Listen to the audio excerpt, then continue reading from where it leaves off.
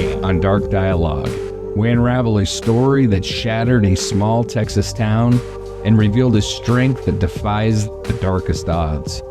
On May 29, 2005, in Lufkin, a routine stop at a convenience store turned deadly when Eric Parnell's rage targeted two cousins, Anna Franklin and Jennifer Holliday. A shotgun blast, a desperate 911 call, a fight for survival.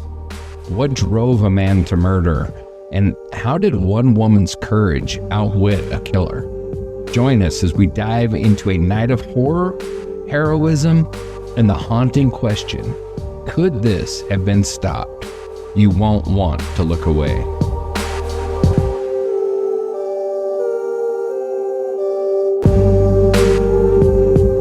Hey Angela, how's the day job treating you?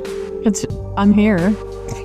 I don't know if that's like great or well, I came off a 4-day weekend. It's a little bit tough. That's always brutal. That's always rough. But it's all right.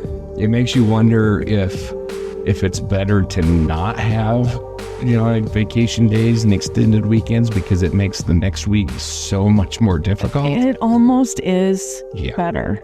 It's like the whole thing of having to take a vacation to recover from your Exactly. Yep. Yeah. Over 100 emails when I got back was kind of daunting. Yeah, that's a lot. That gets to be a bit much. Yeah. A handful of them were spam though, so I got to at least delete those, but that does help. Yeah. So, all right, well, you ready to dive into tonight's case? I am. All right, so let's go ahead and get started. So, welcome, listeners. And are you new here? Well, head over to www.darkdialogue.com to jump in, adopt a case, join the research crew, or just vibe with us on our theories. Fresh cases drop every week. Yeah, so follow us on socials at Dark Dialogue Pod, or shoot us an email at info@darkdialogue.com. We see every message, and we're so grateful for your support. Tonight's case, it's something else. We've tackled dark stories before, but this one, it's different. It's a wound that festers, not just for the brutality, but for the deception, the hidden shadows. This is an amazing case. Well, you might know Jennifer Holliday and Anna Franklin's names. Two lives cut short, their stories intertwined in a way that defies reason. And the man responsible? A piece of shit who turned a peaceful community into a place of fear, hiding in plain sight. This journey takes us from quiet neighborhoods to relentless police work, from shattered trust to cold precision of evidence. It's about loss, it's about motive, and it's about how evil can lurk behind the most ordinary mask. So get comfortable, maybe keep the lights on, and prepare yourself, because this one's gonna linger. Before we unravel the crime, we start with a setting, a community, a place that radiates warmth and connection, but in this story becomes a stage for heartbreak.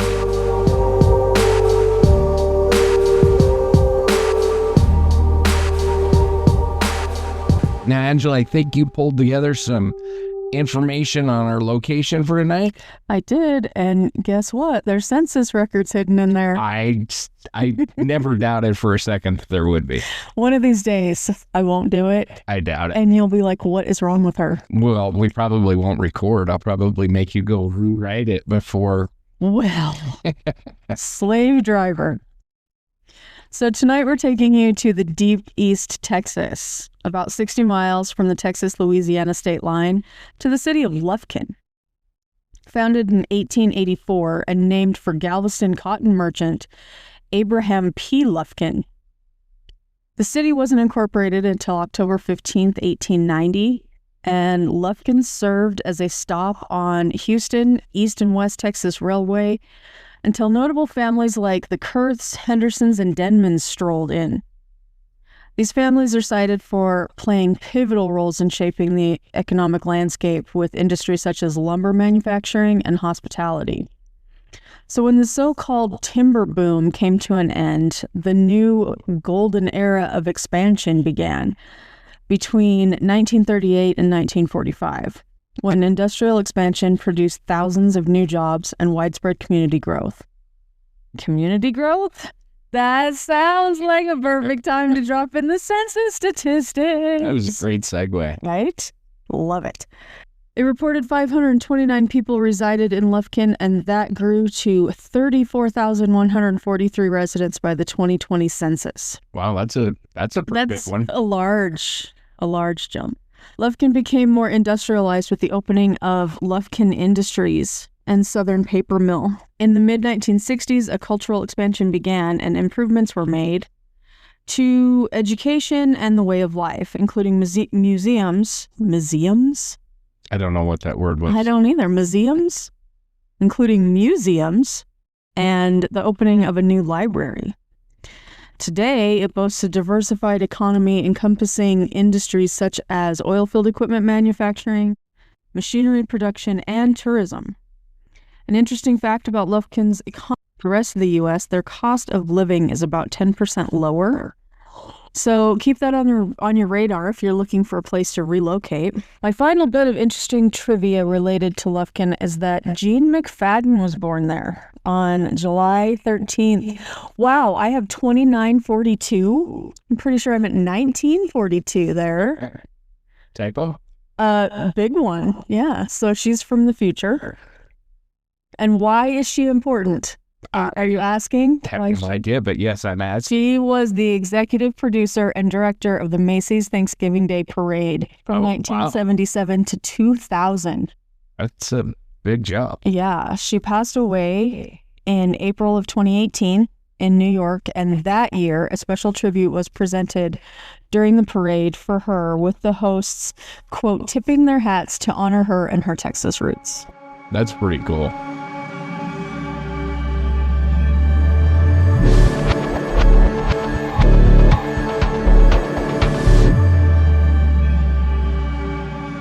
So let's dive into the life of Jennifer Holliday, a woman whose strength and quick thinking would later become the stuff of legend, but whose life before that night in 2005 was already marked by resilience and heart. Jennifer was born in 1978 in Lufkin, Texas, right in the heart of Angelina County. This is East Texas, folks. Pine forests, small town vibes, and a community where everybody knows your name. Jennifer came into the world as the daughter of a close-knit family, raised by parents who instilled in her a sense of duty and care for others. In her early years were shaped by the kind of upbringing you'd expect in a place like Lufkin. Church on Sundays, family dinners, and a whole lot of time outdoors.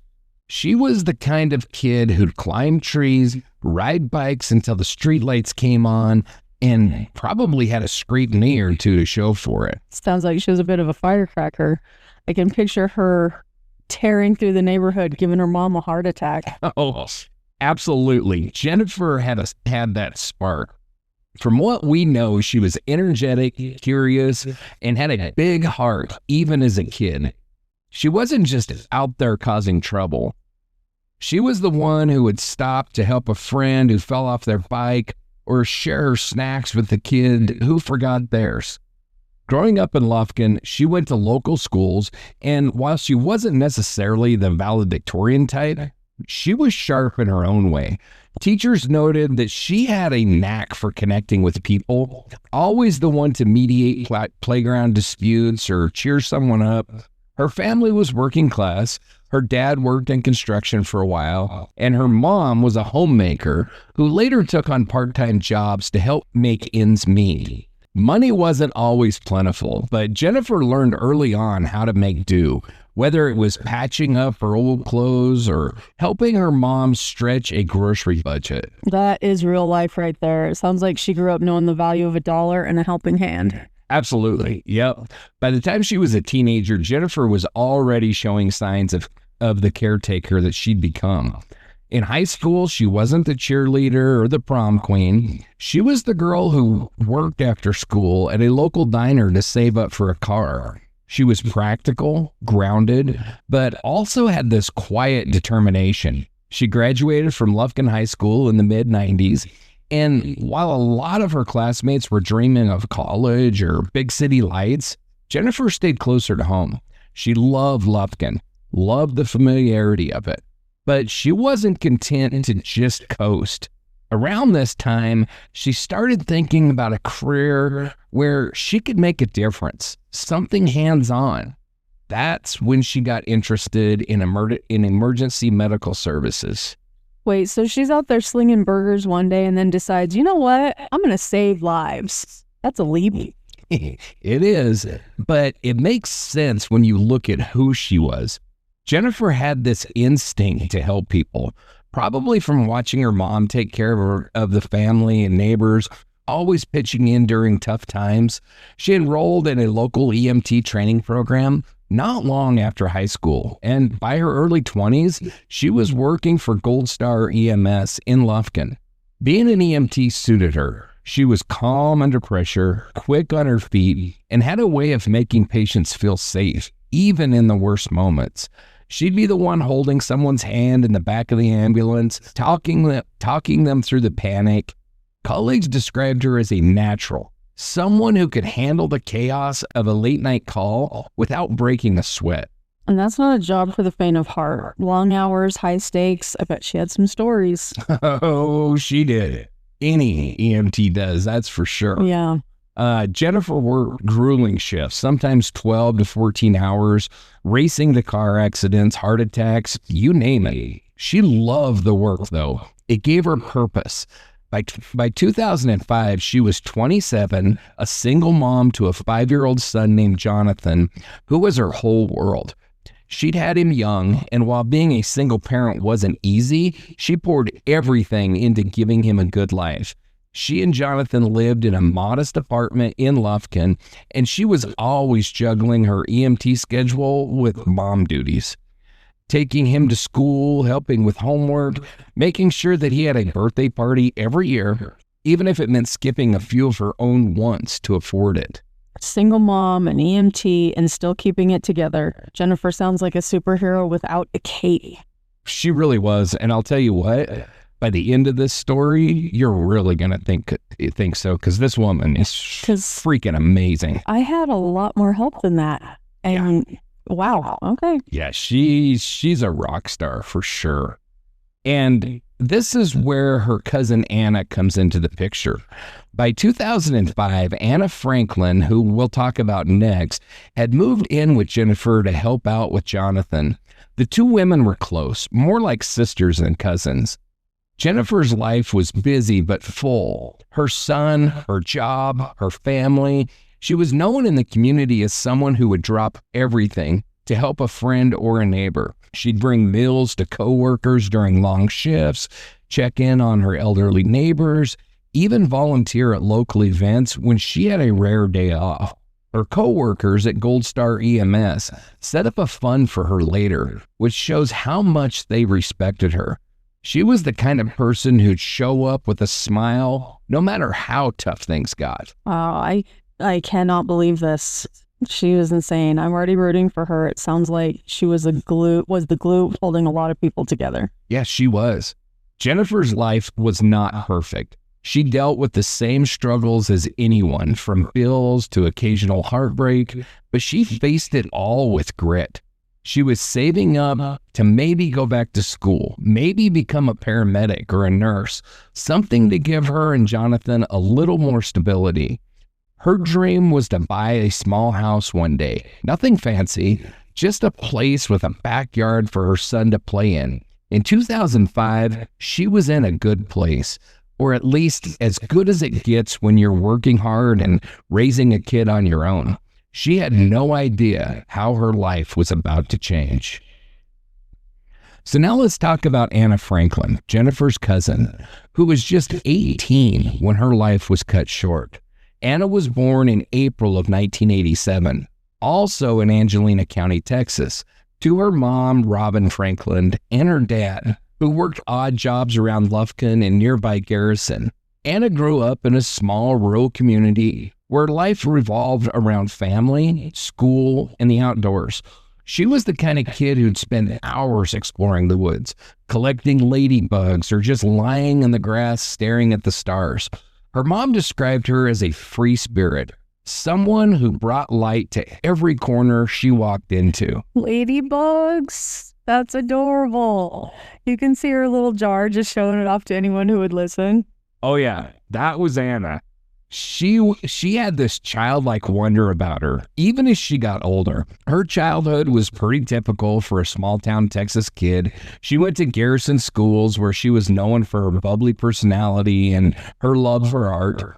Anna wasn't a straight-A student, but she had a creative streak, drawing, painting, writing little stories.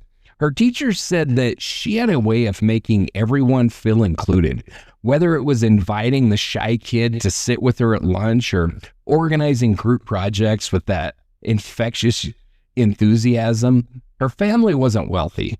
Her mom worked as a school aide and her dad was in and out of her life, but Anna didn't let that dim her shine. So it sounds like she was one of those people who just made everyone feel better, like she could just light up a gloomy day. Spot on. By the time she was a teenager, Anna was starting to figure out who she wanted to be. She loved kids, always had. She'd babysit for neighbors, help out at church daycare, and had this dream of working with children, maybe as a teacher or a counselor for kids who'd been through tough times. She was planning to enroll at Angelina College after graduating high school in 2005. Just a few months before the tragedy, she'd moved in with Jennifer and Lufkin to help with Jennifer's son, Jonathan, who saw Anna as a big sister. Anna was great with him, playing games, reading bedtime stories, teaching him how to catch fireflies. It gave Jennifer a break and let Anna save up some money while she figured out what her next steps were. That is so sweet. I bet Jonathan adored her. And it makes me think of my own cousins growing up.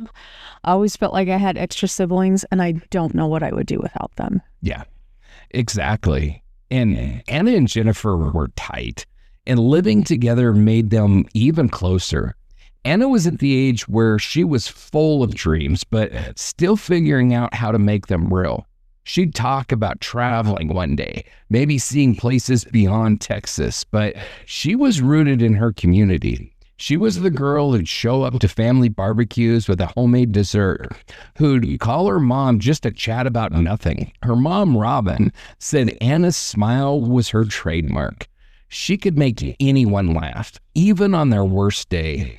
She was also stubborn in the best way, the kind of person who'd stand up for what she believed in, whether it was defending a friend or calling out something unfair. I love that about people, and especially about her.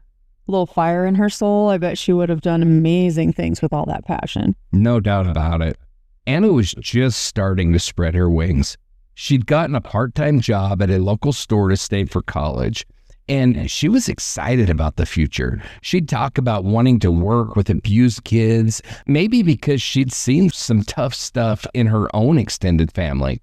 She had this empathy that ran deep, probably from growing up in a place where people leaned on each other to get by.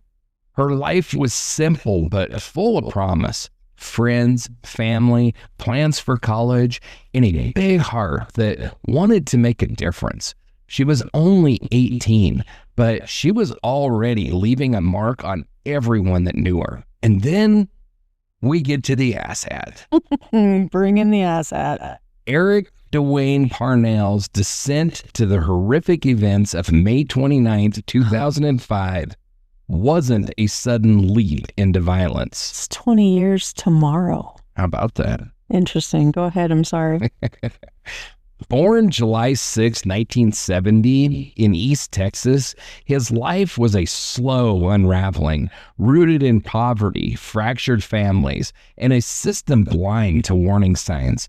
From a troubled boyhood to a predator's calculated act, his story is a chilling case study of how isolation, untreated trauma, and social neglect forged a man who shattered the lives of Jennifer Holliday and Anna Franklin. East Texas in the 1970s was a land of pine forests and broken dreams. Lufkin, Nacogdoches, thank you, because that's not what I would have said. And Jasper, once timber hubs, faced economic delay. Sawmills closed, paper mills cut shifts, and families like Parnell scraped by. Homes were cramped, clothes secondhand, winters warmed by church-donated blankets. Schools like Lufkin ISD were underfunded, teachers stretched very thin. For a boy like Eric, likely born in Angelina County, perhaps Lufkin or Hudson, fitting in was a struggle. Communities held tight, but only for those who conformed. Poor, awkward kids faced whispers, neglect, with no mental health support to catch their fall. Parnell's childhood is a haze of sparse records and quiet accounts. Court documents hint at a dysfunctional home, but details are scarce.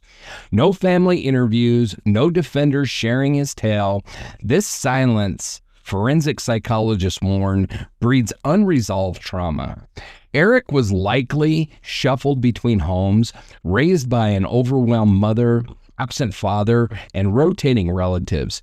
Such instability, experts note, fosters attachment disorders, a precursor to antisocial behavior. A classmate recalled him as, quote, always watching, never talking. An isolated presence that shadowed him into adulthood, a red flag for latent aggression. Lufkin in the 1970s was a town of contrasts, church potlucks and unemployment lines, Friday football and empty storefronts. The timber best left families like Parnell's reliant on low-wage jobs at foundries or fast food joints. Social norms were rigid. Boys were told to man up, emotions buried under stoicism. Mental health was taboo. Depression meant weakness. Abuse went unspoken. Schools lacked trauma-trained counselors. Kids like Eric were labeled problematic without intervention. His withdrawal wasn't unique, but it was a spark in a tinderbox of neglect. By his teens, Parnell was fading from view. In Lufkin area schools, he struggled. Teachers noted that he zoned out, snapped at challenges, his temper flaring over small slights. A classmate remembered his hands trembling, face red, stopping short of fists, but leaving unease. Forensic psychologists call this emotional dysregulation, a precursor to violent impulses. He dropped out around 10th grade, no GED, no college, drifting into odd jobs, warehouse work, fast food grills, construction sites. This disengagement marks a path toward chronic instability, a trajectory investigators later traced in his criminal arc. So Lufkin's community could be one. Neighbors shed collards, churches hosted fish fries, but it turned a blind eye to kids on the edge. Eric's behavior, staring too long, muttering under his breath, was shrugged off as just Eric. In a town where Texas State Forest Festival crowds cheered chainsaw carvings and First Baptist pews filled Sundays, those outside the fold were invisible. His struggles, common in a region hit hard by economic decline, blended into the background, a quiet menace no one thought to name. And, I'll just add that the players in this story are our age. Mm-hmm. Born the same time we were, growing up the same time we were. Yeah. And that just didn't exist in the 80s. No. It just, if there was a troubled kid like this dipshit, there just wasn't psychologists handy to go and talk to, especially in small towns. It just didn't exist. They didn't, yeah. We've talked about that. We talked about that in like the Stainer stories and stuff like that. It was a different time, and mental health awareness was non-existent. Pull yourself up by your bootstraps. Exactly. So Parnell's criminality began in his early 20s, a slow climb from petty to predatory.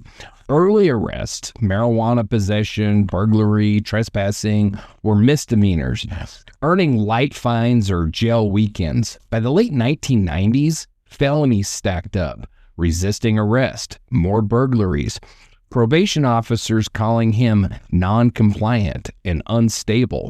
A 1998 domestic abuse allegation, which was dropped for lack of evidence, hinted at violence towards women. Forensic analysis flags this escalation as a shift toward control-seeking behavior, a hallmark of predatory offenders, evident in his later targeting of Anna Franklin.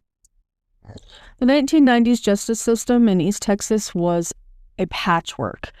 Angelina County's courts, understaffed and underfunded, prioritized violent crimes, murders, assaults, over minor disputes. Domestic abuse cases like those against Parnell often fizzled out without witness or physical proof. Protective orders were paper shields. Sheriffs stretched across rural beats rarely enforced them. Mental health evaluations were a formality. Jails had no therapists, and Lufkin's uninsured, like Parnell, couldn't afford private care. He slipped through, his resentment growing in the shadows. So by 2002, this dipshit was now in his early 30s, and he settled in Lufkin, a man untethered.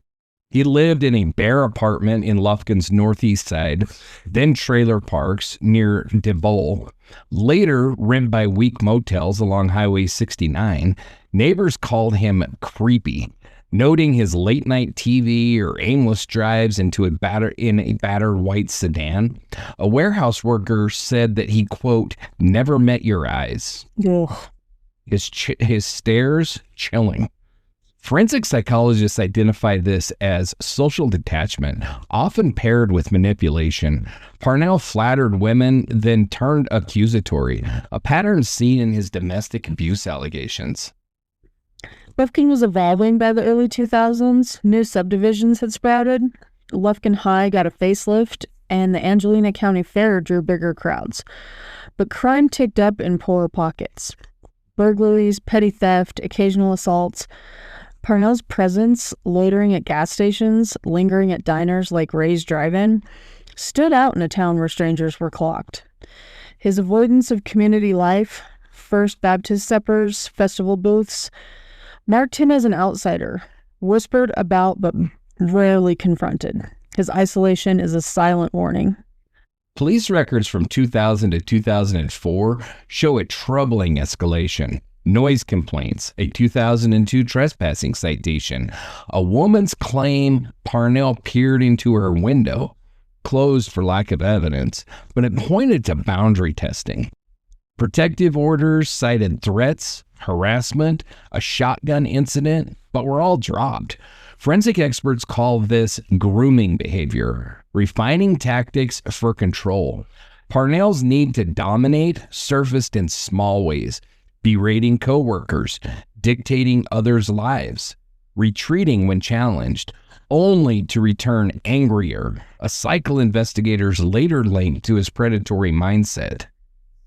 East Texas's rural sprawl fueled the risk. Who? I think it's DeBoll's. DeBoll's trailer parks had no security. Highway 69 motels were transient havens. No IDs checked.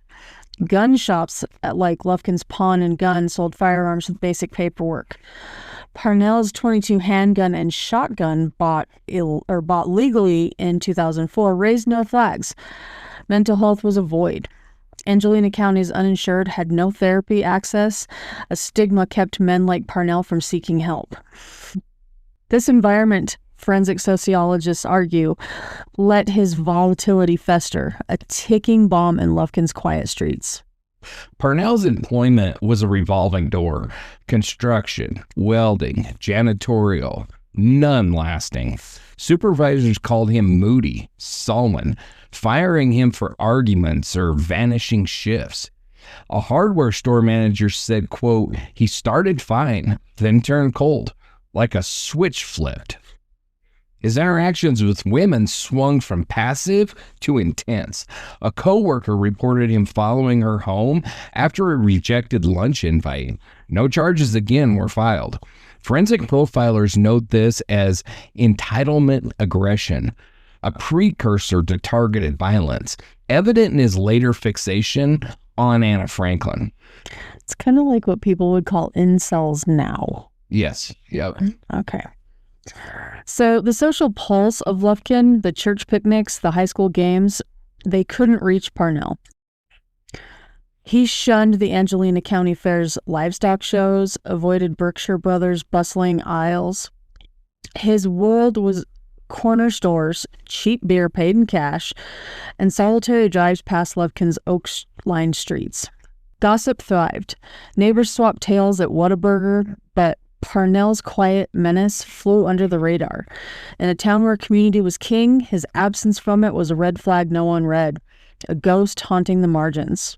In 2002, a court-ordered psych evaluation after an assault charge flagged manipulative tendencies, poor impulse control, antisocial personality traits. Anger management was ordered, but no compliance record exists. By 2004, Parnell armed himself, a .22 handgun, a shotgun, both legal. A 2005 police search found a sawed-off shotgun with custom ammo, signaling premeditation. Forensic analysts see this as weaponized intent, a shift from impulse to planning, chillingly clear in his targeting of Anna Franklin. Lufkin's early 2000s optimism, new parks, school upgrades, masked its underbelly. Crime spiked in northeast neighborhoods where Parnell drifted. His haunts, gas stations, dive bars like Piney Woods Tavern, were transient hubs, no questions asked. The legal system, strained by budget cuts, dismissed minor cases. Sheriffs focused on violent crimes, not harassment. This gap let Parnell's threat slide, his bitterness growing in Lufkin's humid air, a predator hiding in plain sight. Parnell's fixation on Anna Franklin crystallized in this void. He knew Robin Franklin casually, had visited her home, met Jennifer and Anna. His knowledge of their routines, Jennifer's EMS shifts, Anna's babysitting, suggests stalking. Jennifer's bad feeling in May of 2005, which was reported to coworkers, hints at his presence. His mindset was a toxic brew of entitlement, rage, and control, fueled by years of perceived slights against employers, exes, the whole damn world. So the tragedy of May 29th, 2005 wasn't fated, but it was enabled.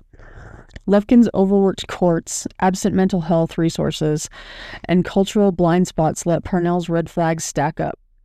He wasn't a genius, just a man who gamed a broken system.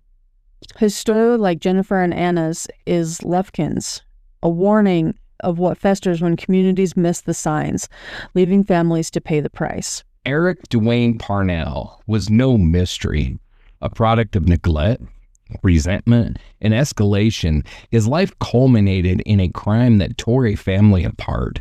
Understanding him demands that we confront the failures, systemic, cultural, human, that let him reach that night.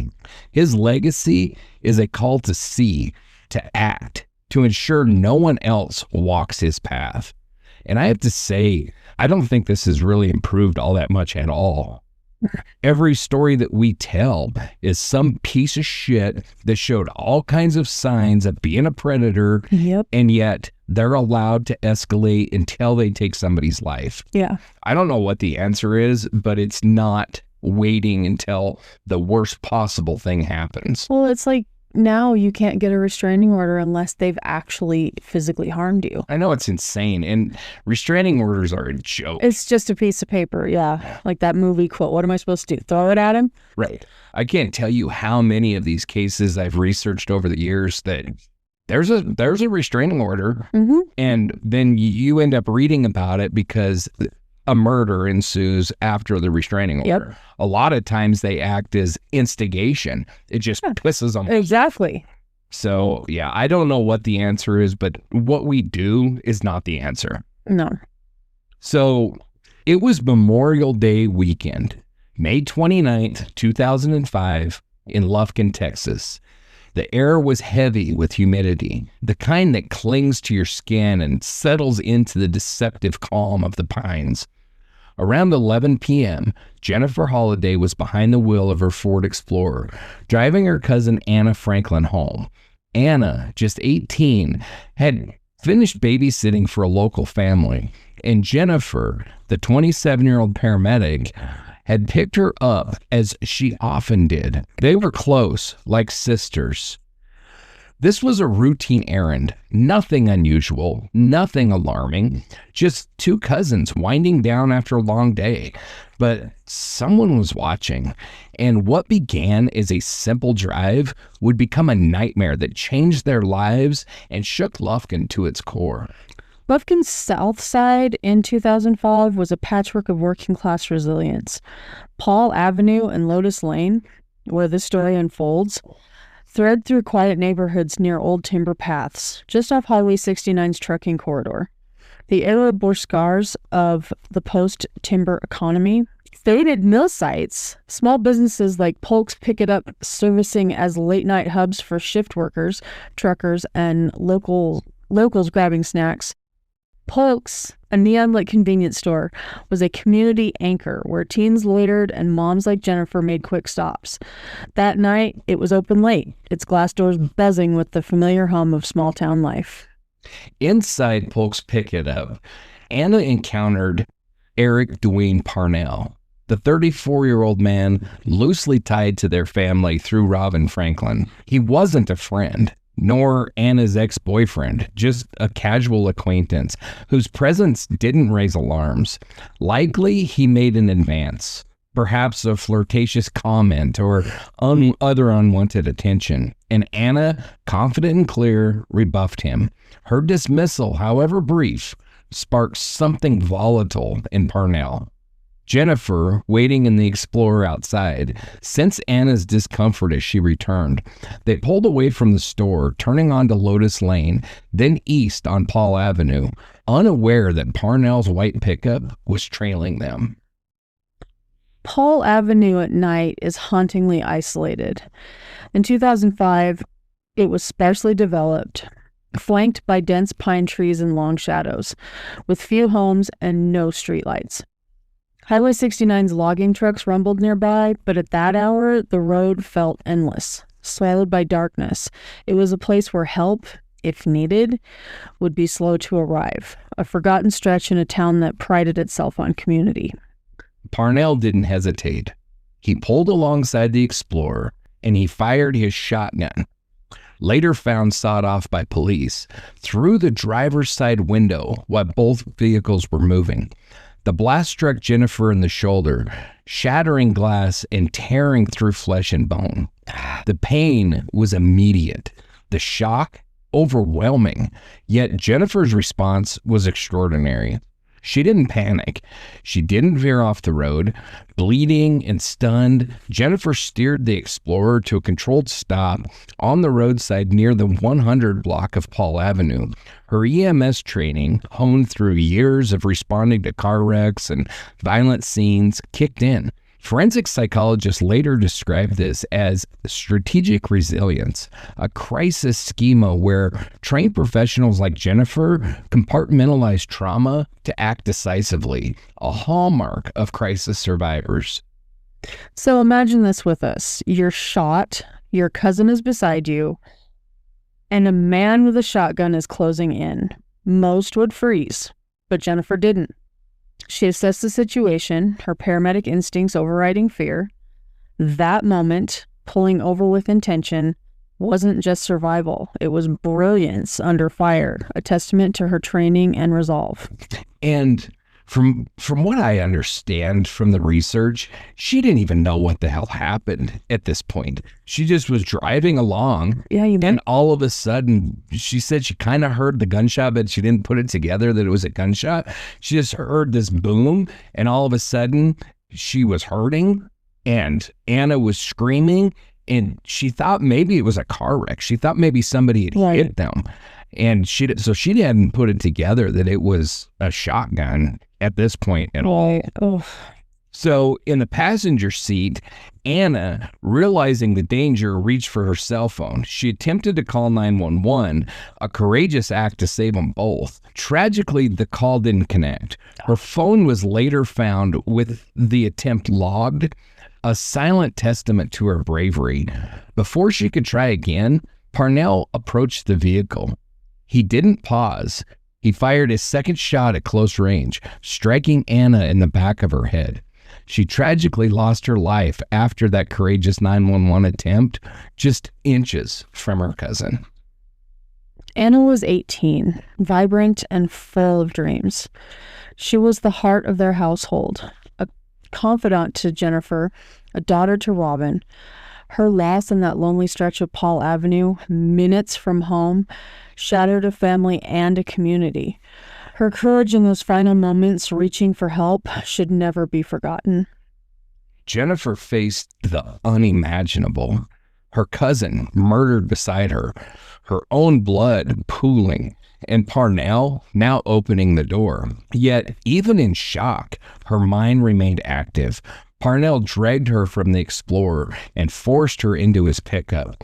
He didn't know the woman beside him was no ordinary victim. She was a paramedic, a mother, a survivor with a mind sharpened by crisis. From the forensic perspective, Jennifer's response was unbelievably remarkable.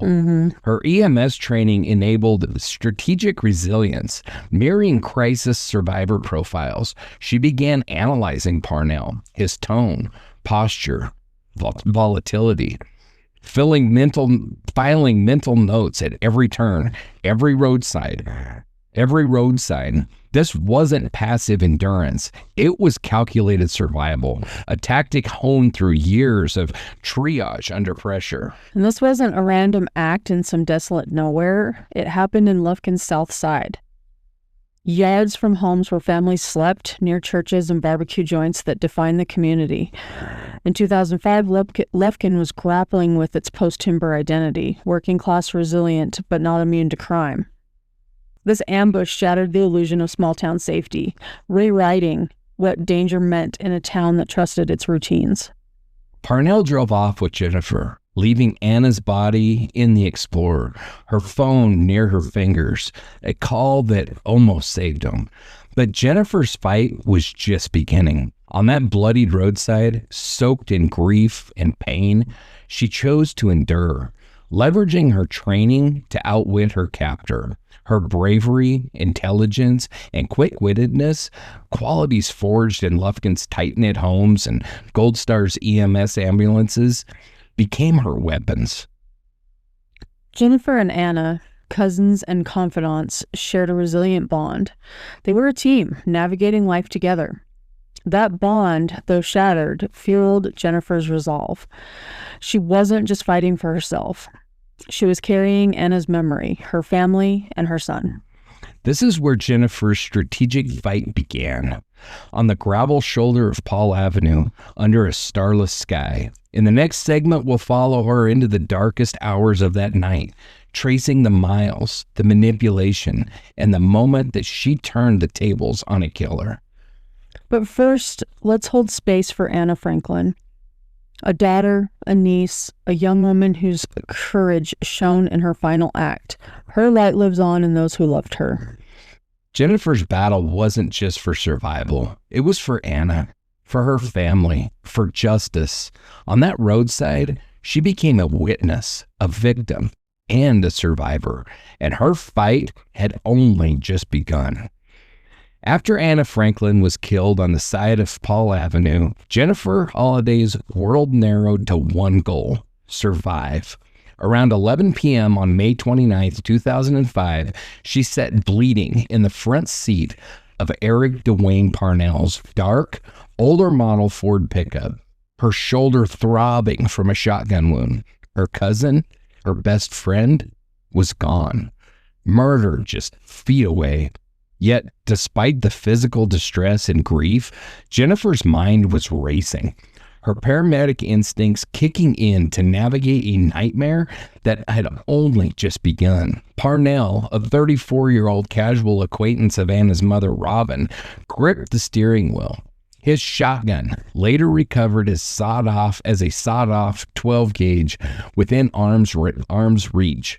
He drove away from Lufkin's south side, leaving the crime scene behind, his silence as chilling as the act that he'd just committed. The terrain shifted as they left Lufkin's dim industrial sprawl for Angelina County's rural back roads. Narrow, unmarked paths carved through pine stands and logging trails. In 2005, these roads were the domain of timber trucks and hunters, where headlights vanished into miles of darkness. The post-timber economy had left much of this area isolated, with sparse homes, no streetlights, and spotty cell coverage. Memorial Day weekend meant even fewer cars, fewer patrols, and a pervasive dread that cloaked the night, amplifying Jennifer's fear. Fear didn't paralyze Jennifer. Her training, honed through years of responding to car wrecks, overdoses, and violent scenes, transformed her into a strategist. She scanned her surroundings, street signs, road curves, the dashboard's layout. Likely, she noted Parnell's hands. Were they steady, or did they tremble? Was the shotgun accessible or secured? Forensic psychologists later remarked on her trauma-induced situational awareness, a coping mechanism where crisis-trained individuals like Jennifer enter a hyper-alert state, logging details to survive. This wasn't just a drive. It was a descent into isolation. Angelina County's back roads, crisscrossing through pine forests and farmland, offered no landmarks, no hope of a passing car. The silence was oppressive, broken only by the truck's engine and the rustle of branches. For Jennifer, each mile deepened the stakes, yet her resolve held her firm. Her mind working to stabilize a scene where she was both a victim and a responder. Jennifer didn't scream. She didn't plead. She engaged this dipshit using the same emotional attunement that calm patients on EMS calls. Likely, she asked neutral questions. Where are we going? Or do you have family nearby? Gauging his volatility without provoking him. This mirrored what forensic experts called strategic compliance, a passive resistance technique where survivors de-escalate to prolong their life. Her actions weren't submission. They were a calculated bid for control, buying time to outwit her captor. Parnell responded, his words spilling into rants, reportedly about being misunderstood, disrespected, or betrayed. Anna's rejection at Polk's pick-it-up likely fueled his rage, and Jennifer, in his twisted mind, became a target for that humiliation. Yet Jennifer let him talk, each outburst giving her insight into his paranoia and instability. Her composure, despite physical distress, was a masterclass in survival, turning his volatility into a crack she could exploit. Jennifer's presence of mind was extraordinary. Most victims struggle with basic function post-violence, but because of her background, it enabled what experts call cognitive preservation under extreme threat. Likely, she monitored her breathing to manage shock, kept her hands visible to avoid alarming Parnell, and noted landmarks, a bend in the road, a logging trail's entrance. These details, forensic analysts later noted, were critical to her survival, reflecting a crisis survivor's ability to strategize under duress. At one point, Parnell pulled into a secluded clearing, likely off a logging access road, where pine needles crunched under the tires and darkness swallowed the headlights. Angelina County's rural expanse offered no surveillance and no witnesses, just trees and silence. For Jennifer, this was a pivotal moment, her heart pounding as she braced for Parnell's next move. Parnell didn't exit the truck immediately. He sat, breathing heavily, the shotgun close. Jennifer, sensing the danger, kept her posture neutral, her voice steady, Likely, she probed further, asking about his life or plans, not out of curiosity, but to humanize herself and disrupt his intent. This tactical empathy, experts argue, could shift a captor's mindset, creating hesitation. Jennifer's questions weren't random. They were tools to keep him talking, to delay any escalation. That verbal resilience is staggering. Jennifer had no weapons, no backup, just her words as shields. Bleeding, grieving, she kept Parnell engaged. Every minute of victory against his volatility. Her strength wasn't just physical, it was mental, rooted in the same Lufkin household where she and Anna shared laughter and dreams. Parnell's responses grew erratic, likely ranting about Anna's rejection or perceived slights. His fidgeting with the radio, his tight grip on the wheel, signaled a fading adrenaline rush. What trauma experts call a cool-down phase. Jennifer sees this, steering the conversation towards her own humanity. Likely, she mentioned needing help, perhaps referencing her family, probing for a crack in his resolve.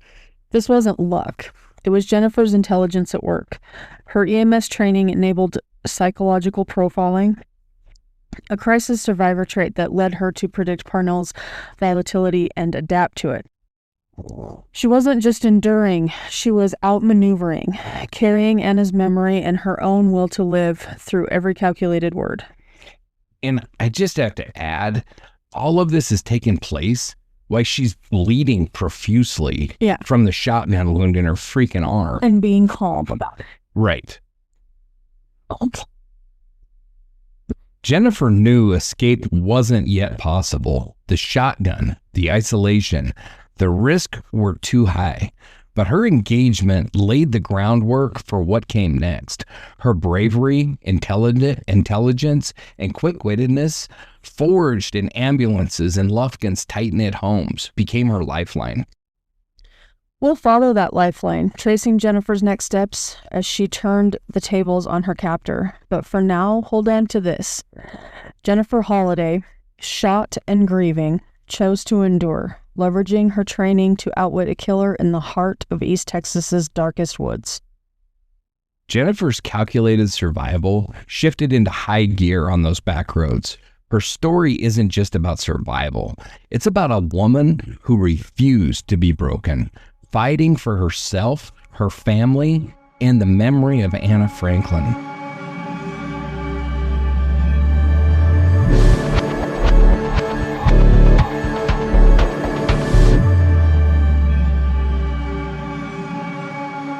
After Anna Franklin was tragically killed on Paul Avenue, Jennifer Holliday's world shrank to one mission: to survive. Jennifer's engagement deepened. Likely, she probed Parnell's life, his family, his plans. Again, not out of curiosity, but to exploit his cool-down phase, the post-adrenaline state where volatility wanes. Then she made a bold move. She asked to call someone, citing concern for her family. This tactical empathy, forensic psychologists argue, pierced Parnell's paranoia, creating hesitation. And I mean, the dude was like completely out of his freaking mind, because she was able to convince him that he saved her. She kept saying that, "You're my savior.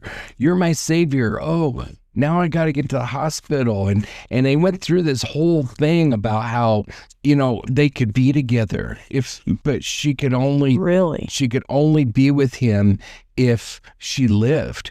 And so, but she was in love with him because he'd saved her life. Oh, Florence Nightingale syndrome. Oh, yeah.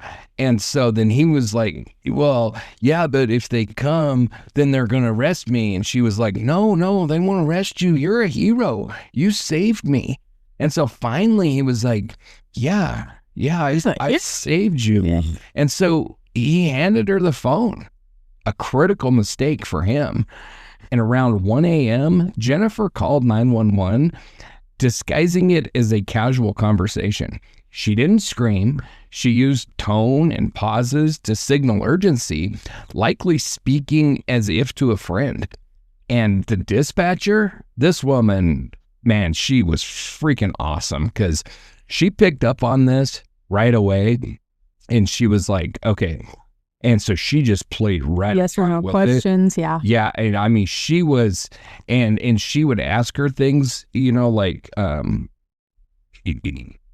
she said there was something about like a shooting, and Jennifer was like, it's the same one, because the dispatcher was like, officers are responding to a shooting, and Jennifer was like, it's the same one.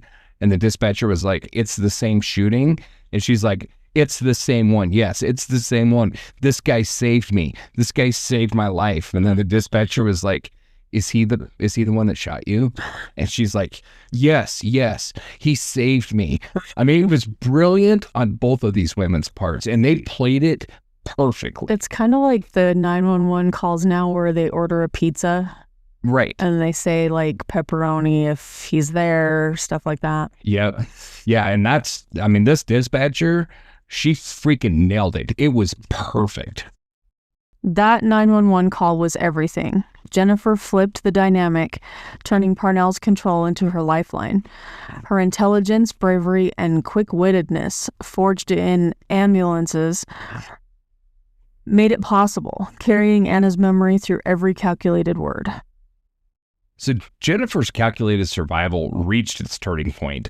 The 911 call set her rescue in motion, but I mean, it wasn't at all over by this point. I mean, you know, because he had told her, they'd made it very clear to the dispatcher, you know, yeah, the ambulance can come, but no cops are allowed.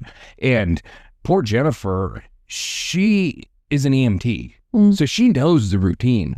Yeah. And ambulances do not go into a situation without cops. Yeah. So she knows they're not coming to get her without cops, because that's just a hard and fast rule. Right. And so she knows what's going on, but they're playing this game, and this goes on. And, you know, she talked this dipshit into, you know, she needed to stop the bleeding.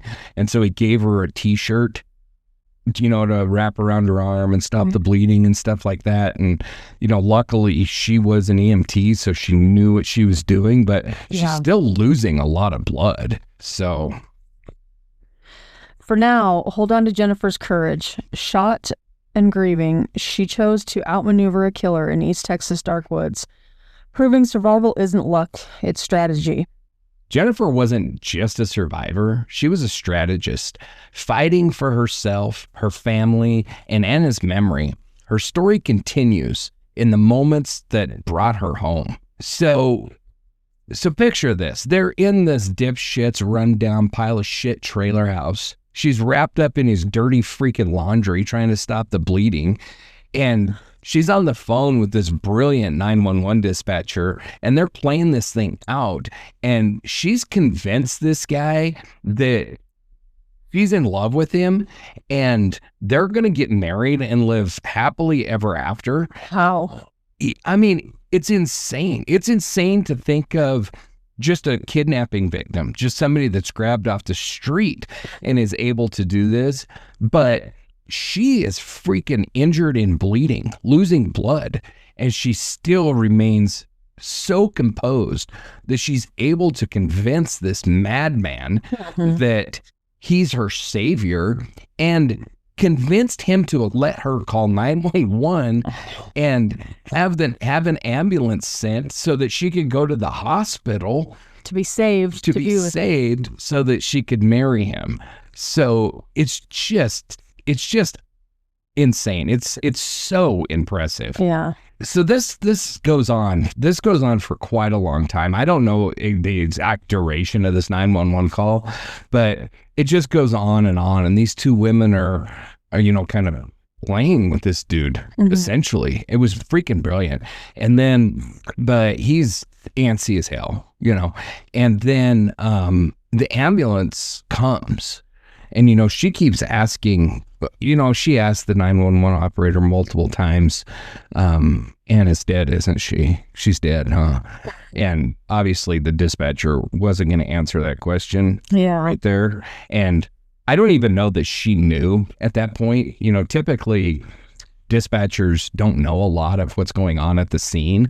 And so she may not have known, but regardless, she wasn't going to tell the truth. Yeah, she wasn't going to tell a victim that. So she kept trying to, shift the conversation away from that. And then Jennifer had to keep convincing this dumbass, worthless piece of shit that she's in love with him. So she literally sat down on the couch and was like, come sit down beside me. I feel safer when you're near me. I mean, wow, it was brilliant. And then so she's getting her Oscar now too. Oh, this woman deserves more than just an Oscar. Mm-hmm. She deserves freaking every award possible. She is so impressive, and it's hard to write the extent of her injuries, but it was significant. It was significant enough to affect the rest of her life, even to today. Wow. So we're talking about severe injury that she's dealing with. I mean, it was a shotgun wound to her arm. So it was a bad injury. Kind of blows up, doesn't it? Yeah. And so, but yes, she was able to hold it all together and still maintain this, which is just incredible. So they're continuing all this, keeping this dumbass, worthless piece of shit on the line, on the hook. I wish we knew how you felt about those guys. I would like to get my hands on this freaking psychopath. I'm getting sick of guessing how you feel. I know. Well, I try to keep my feelings hidden. I think I do a pretty good job. So the ambulance then pulls in, and I mean, it was to the point that the ambulance couldn't figure out exactly where they were supposed to be going. And so this dumbass gets on the phone and gives directions. Oh, yeah. He's like, oh, yeah, you'll see, I don't remember exactly, but he's like, oh, yeah, there's a red barn on the left, and you're going to take the right after that. But I mean, he led them right to the house. And so they're looking out the piece of shit trailer out his windows, and the ambulance kind of pulls in on a hill and stops. And Jennifer was like, I know what's going on here. They will not come to the house. But then dumbass is like, why aren't they coming down? He starts freaking out. Why aren't they coming down here? Why aren't they coming down here? The cops are coming, aren't they? The cops are coming, aren't they? And the dispatcher, who, I mean, she's just making this shit up on the fly too. She's as impressive as Jennifer, except she's not bleeding while she's doing it. Yeah. But, she was able to calm him down and, no, that's not the thing. And she come up with some excuse of why they weren't pulling down there. And meanwhile, the cops are arriving on scene, and just on foot. Yeah, and they're surrounding the house. And then, so finally the dispatcher's like, the ambulance is afraid of getting stuck. So can you walk her up to the ambulance? They can't make it down to your house. And he's like, okay, yes.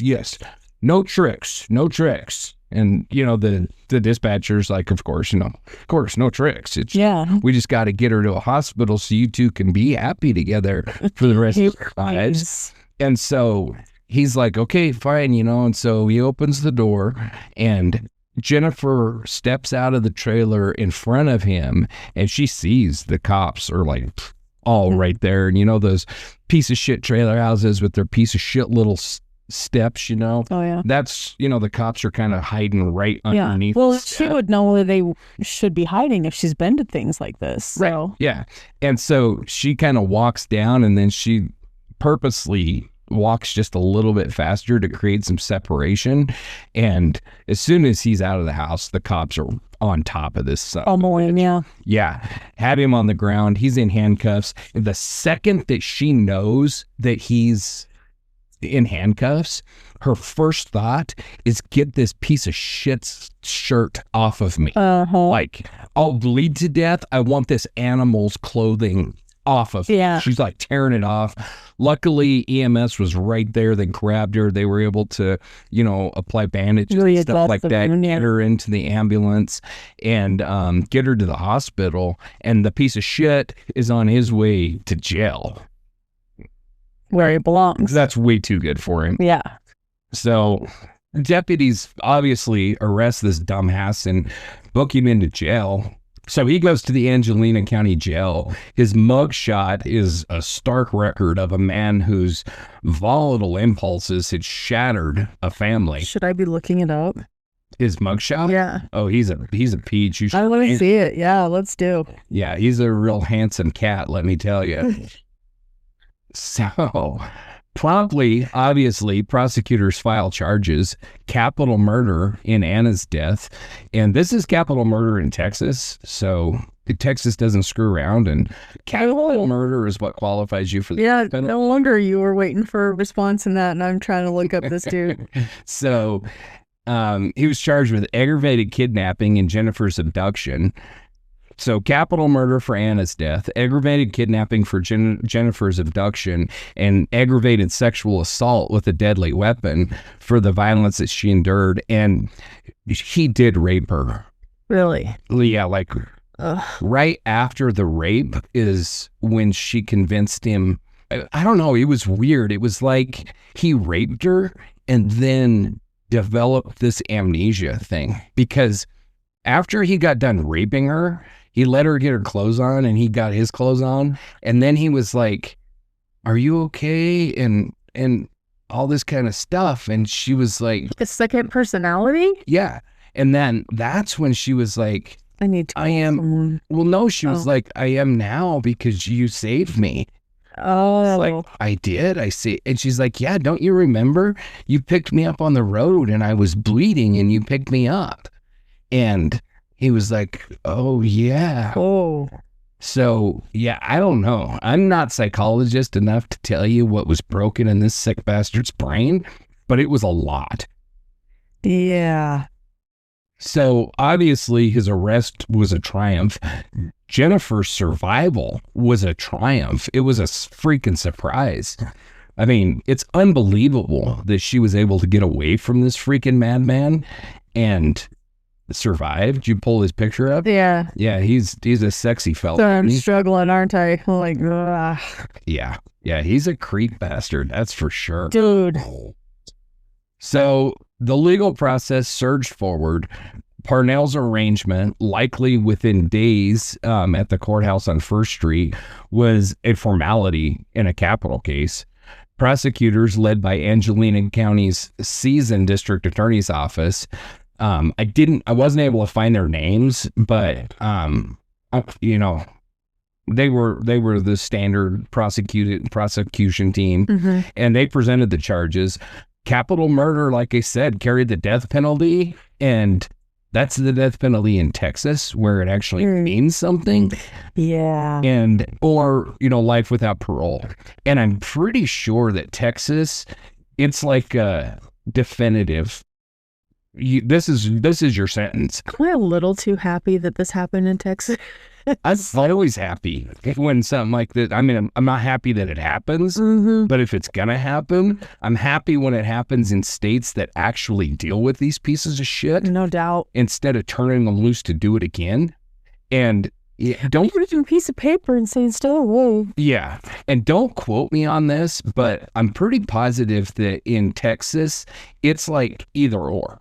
You're either gonna die or you're going to die in prison. You're either going to die by lethal injection or whatever, or you're going to die in prison. Because I don't think that capital murder has lesser sentences available. I don't think a judge can sentence you to 20 years. I think you have to do either death or life in prison. I intend to quote you all day long. Yeah, you can quote me how you want to, but I could be wrong. So just said water, so knock it off. So... aggravated kidnapping and sexual assault, which was bolstered by Jennifer's eyewitness accounts, and forensic evidence from her clothing and her body, ballistic matches. I mean, there was no doubt that this piece of shit did it. And a lot of that is because she was smart enough and fast enough on her feet to survive. Yeah. And so she was there to testify. Oh yeah, that's the piece of shit that shot me, that shot my cousin in the head, that raped me, kidnapped me, raped me, and then was convinced I was in love with him. Yeah, that's the psychotic piece of shit right there. And so, you know, the trial was held in Lufkin's courthouse, or Angelina County's courthouse, and investigators had built an airtight case. Like I said, they had the forensic evidence, they had her testimony. I mean, it was sealed. There was no freaking doubts at all. And you know, Parnell wasn't a stranger to Lufkin. He grew up there. He was a known face. And so everybody in town, for the most part, knew this freak. Probably a lot of them had problems with him, you know. But the case wasn't destined for a quick resolution. Capital murder trials in Texas demand meticulous preparation. Prosecutors aimed for thoroughness. The defense sought to mitigate a death penalty, which I think in this case was their only freaking hope, is, you know, to keep him out of the chair, because he's guilty. Yeah. I mean, I couldn't imagine being the poor bastard that drew the card to defend this piece of shit, because, right, you know, there is no doubt. It's not like you could say, you know, oh no, it was they identified the wrong man. No, she walked out the door right in front of him. So I mean, there's nothing that you can say, because she lived, thank God. But that was the clincher, man. Every defense is shut down by her being able to sit on the stand and say, oh, no, I lived this, and it was that piece of shit, and this is what he did. And so the defense definitely had their work cut out for him. And so he faced trial in 2006. Like I said, the evidence against him was formidable, to say the least. And with Jennifer's testimony, it was a sealed deal, period. And the pre-trial process was a whole new ordeal. And it tested Jennifer's bravery as she prepared to face this piece of shit who'd murdered her cousin, who had nearly destroyed her. And Parnell's defender was the public defender, because this worthless piece of shit couldn't afford an attorney. And so clearly was a card drawn. Yes. Yeah. And you know, this guy was like, oh, not me. Oh, please not me. Short straw. So probably ruined his career. I doubt it. You know, I mean, public defenders, this is their deal. True. So it's usually not held against them. I don't know. Some of them were kind of slimy. Oh, some of them are pieces of shit, for sure. I know you don't know the case because you haven't got off your ass and watched the show yet, but Making a Murderer. How do you know? How do you know? I have not started watching that yet. Lucky guess. No, I have started watching it, but I had to stop because I was informed I was not allowed to watch it by myself. Well, that's too funny. But anyways, so Brandon Dassey gets this. Tell me to get off my ass. This sawed-off little freaking weasel of a defense attorney. Oh, this guy. There is something to throw at you. You have lots of stuff to throw at me over there. So throw it back. I'm scared. This guy is, I mean, he is a piece of shit defense attorney. And yeah, you could tell he's just a freaking weasel. So whenever you finally finish that, you'll know what I'm talking about. And so then it'll make sense. But there are those little Weasley bastards who try to get the case because it's going to make them a name. A little beady-eyed. Instead of, you know, trying to provide a defense to somebody.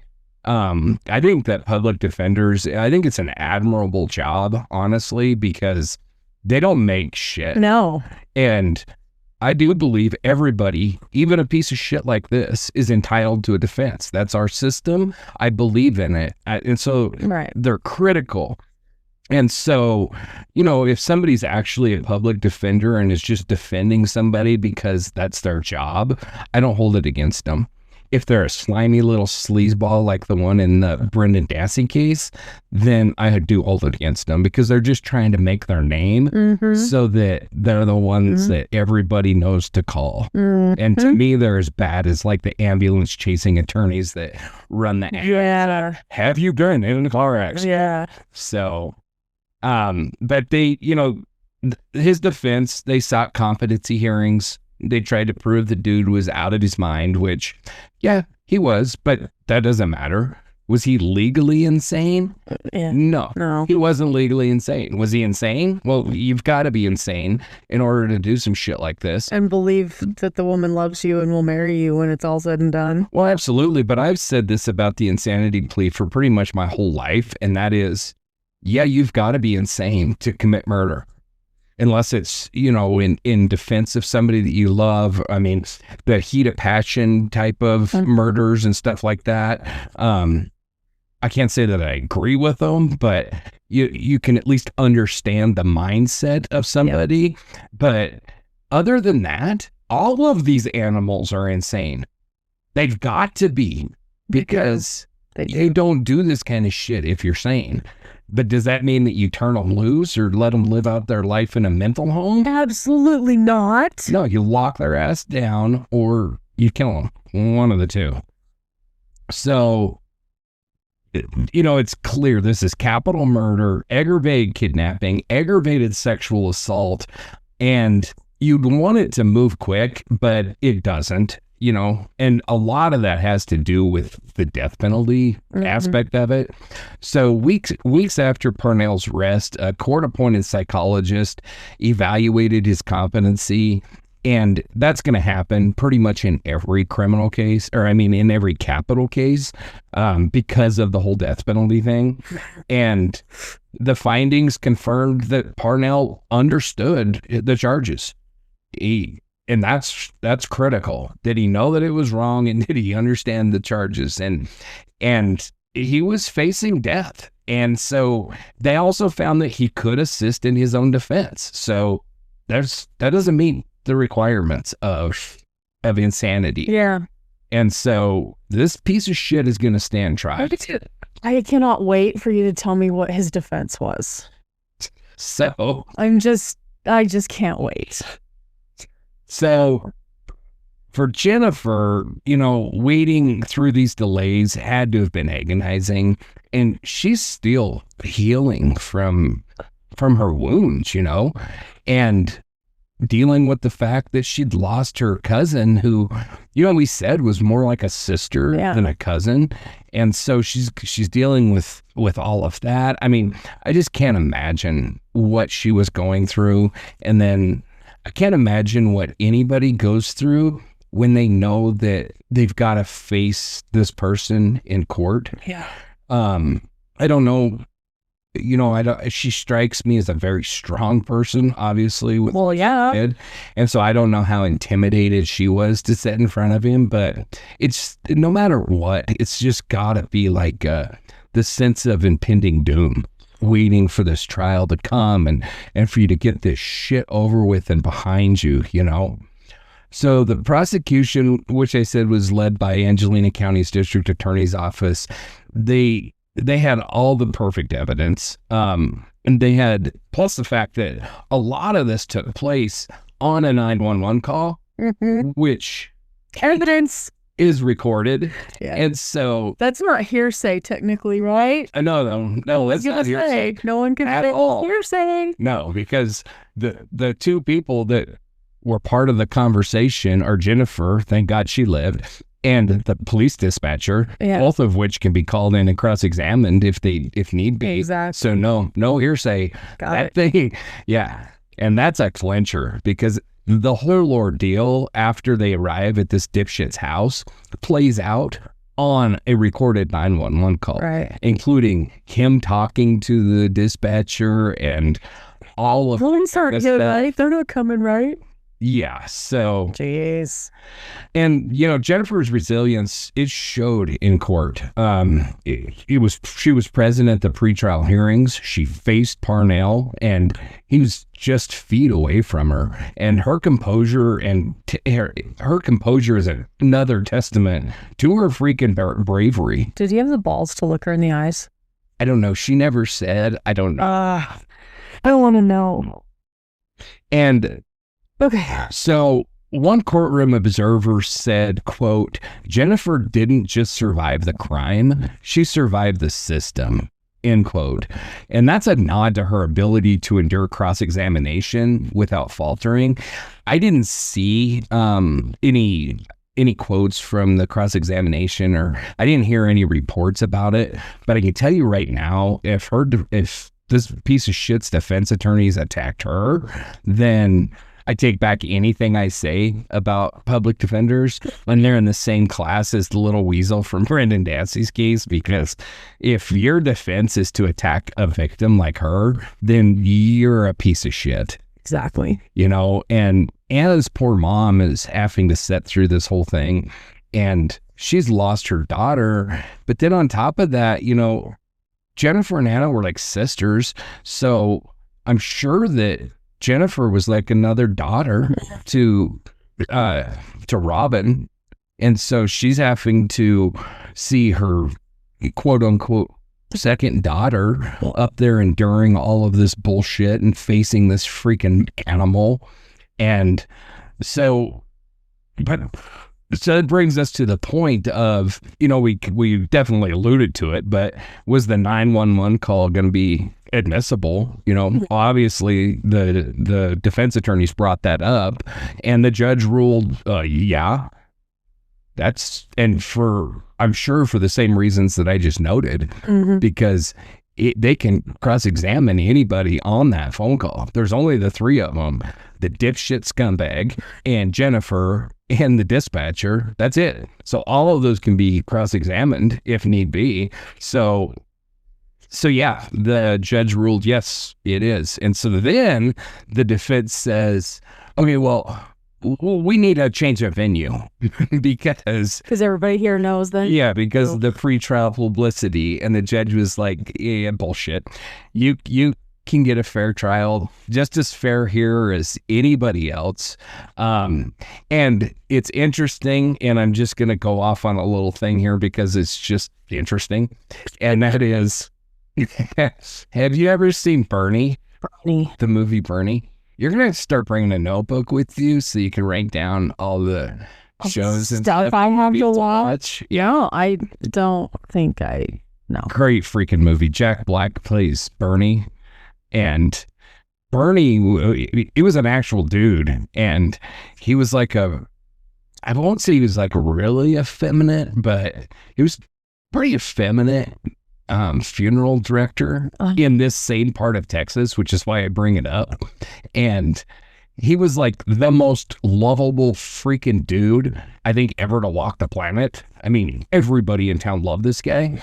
He committed murder, and the prosecution requested a change of venue because the prosecution didn't think that he could get a fair trial because everybody in town loved Bernie so much. Oh, man. And it was granted. It was granted. And so they moved the trial to a different place because the judge agreed. Everybody loved him so much. And I think he was right. I don't think you could have found 12 people in that community, because the woman that he killed was like a bitch. I was just about to say, who did he kill? Are you like, do I have to watch the movie now if you're telling me about it, or? That's up to you, but I would strongly recommend the movie. It's like on your list of things to do. It is such a good damn movie, and Jack Black plays that part perfectly. It sounds like something that Jack Black would play. Yeah, well, and it's such an unusual true crime movie because it's kind of funny. Yeah. I don't know. And Matthew McConaughey plays the prosecutor. How do I not know about this then? I don't know, because it's a freaking good movie, and it's a true story, and it plays out. How old is it? Not that old. I don't know, 10, 15 years, maybe. So, this is what the loss of video stores has done to me. You can't walk through. We're going down memory lane. You can't walk through and see all the things on the wall and know what you're missing. I know. And I think, honestly, the only reason that I know the movie is I'm a true crime junkie and I knew the case. And then I saw that there was a movie about the case. And then I went and found the movie and watched it. And I was like, this is one of my favorite freaking movies ever. I love the movie. There's like this old Texas dude. And as we were doing as you were doing the location description, that's all I could see was this dude. He's sitting at a little East Texas diner and he's talking about, Texas. And he's like, yeah, you got the Panhandle. Everybody forgets about that. You got West Texas. Then you got all them damn sissies up there in Austin. So it just was playing through my head. But the movie, we're giggling a little bit. Got it. It is just so freaking good. It's like, what have I done? I'm just reading statistics here. Yeah, that's what I was thinking about. So I strongly recommend watching that movie because it's just a really good movie. Bernie. Yep. So, and he's just start taking notes. I guess I won't spoil it for you then, but yeah, I strongly recommend it. So I'll write it down right now. Well, I'll type it down right now. Perfect. But in the spring of 2006, the Angelina County Courthouse in Lufkin became a crucible of justice as Eric Dewayne dipshit worthless bastard Parnell, his child asshat, douchebag. The packed courtroom buzzed with tension, not just from legal teams and jurors, but from a community yearning for closure for Anna Franklin's murder and Jennifer Holliday's survival. Security was tight with significant local coverage from stations like KTRE amplifying the stakes. At the heart of all of it stood Jennifer. No longer just a survivor, but the prosecution's linchpin. Her resilient resolve, a beacon as she prepared to testify against the man who completely shattered her life. Mm-hmm. So jury selection stretched over days, a delicate process in a town where Anna's death and Jennifer's ordeal touched nearly every citizen. Prosecutors and defense attorneys sifted through dozens to seat 7 women and 5 men, sworn to weigh evidence impartially despite Lufkin's collective grief. The prosecution opened with precision, their lead attorney, seasoned and empathetic, detailing Parnell's methodical violence, stalking Anna and Jennifer, firing a sawed-off shotgun into Jennifer's Ford Explorer, killing Anna with a second shot, and abducting and assaulting Jennifer. This wasn't impulse. It was intent, rooted in choice. And I always get a kick out of the whole sawed-off shotgun thing because all the reports I read and everything stressed sawed-off shotgun. Yeah. But a sawed-off shotgun is less lethal than a full-length shotgun. Saying it because it's illegal. Yeah, that's exactly why they make such a big deal out of it. Why it's illegal is beyond me. I have no clue. But it's one of those dumbass laws that make no sense. But anyway, just for those non-gun enthusiasts out there, sawing a shotgun off ruins it. I mean, don't do it. Yeah, all it does is make it easier to handle. Makes it more like a handgun than a rifle. But as far as like the lethality of it, it significantly reduces it. And I would venture to say, do it because it's illegal. I mean, that's honestly the only reason I can think of, because, if you want to like conceal a gun, get a handgun. Get a handgun. That's what I was just thinking. But I would venture to say that if he would have had a full-length shotgun, Jennifer would have been dead.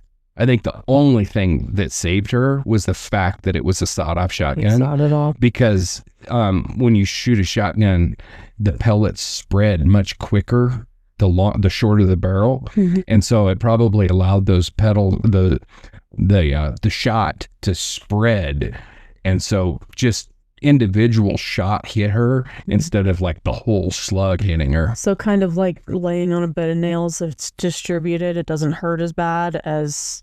Yeah, I mean, you think a typical shotgun, I don't know like what size shot he was shooting. I don't know that information, but a typical shotgun is loaded with hundreds of little BBs, little metal BBs. And so as that leaves the shotgun, as soon as it leaves the barrel, it starts to spread. Right. So the shorter the barrel, the quicker that spread starts. And so basically you're getting hit with a few BBs in comparison to getting hit with hundreds of BBs. Right. Which, if you get hit with hundreds of BBs, it just tears you apart. Yeah. So luckily, honestly, it was sawed off and it allowed that to spread so that she wasn't hit with the full force of the whole shot. So Lufkin's Courthouse, a red brick landmark on First Street since the early 1900s, had hosted trials through the timber booms and the economic busts, its high ceilings and worn benches, a stage for community reckoning. The courtroom's packed rows reflected Lufkin's solidarity.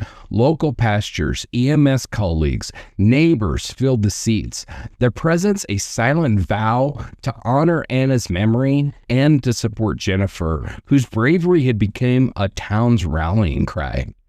The defense, restrained, didn't deny Parnell's actions, but framed him as emotionally unstable, arguing rejection-induced rage after Anna's rebuff at Polk's pick-it-up to mitigate the capital murder charge. They suggested there was no premeditation, painting Parnell as a man who snapped, not a calculated killer. Yet, the evidence told a different story. Parnell's pursuit, 2 deliberate shots, and Jennifer's prolonged captivity underscored intent, dismantling their narrative. And I gotta say, I agree with the defense. I don't think that it was necessarily planned out, like he went out hunting for Anna. I don't think that happened, but...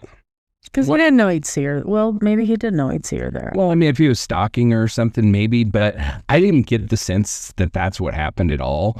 I think that he happened to be at the store and he had made some other lewd comments to some other women in town that same night. And basically, he was just trying to pick a girl up and was getting rejected. So it is 100% the incel behavior. Yeah, it was like... very reminiscent of Diego Hernandez in the Lawton rape case. Just about brought that up. And so I don't think that he went out there with that intent, but a lot of people don't realize that premeditation doesn't require like you plan it out for days. Yeah. Or hours. Like getting in his truck and following them is premeditation. 100%. And that qualifies legally as premeditation. So... I do believe that he did. Because it's not blind fit of rage. Right. It's, you've had time to calm down and you're still doing it. Yeah, he's following them down the damn road. Yeah. So crime scene photos were entered as evidence and they were stark. Jennifer's Ford Explorer, its driver's side window shattered, blood staining the seats, spent shells scattered on Paul Avenue. Ballistics confirmed that it was a 12-gauge shotgun.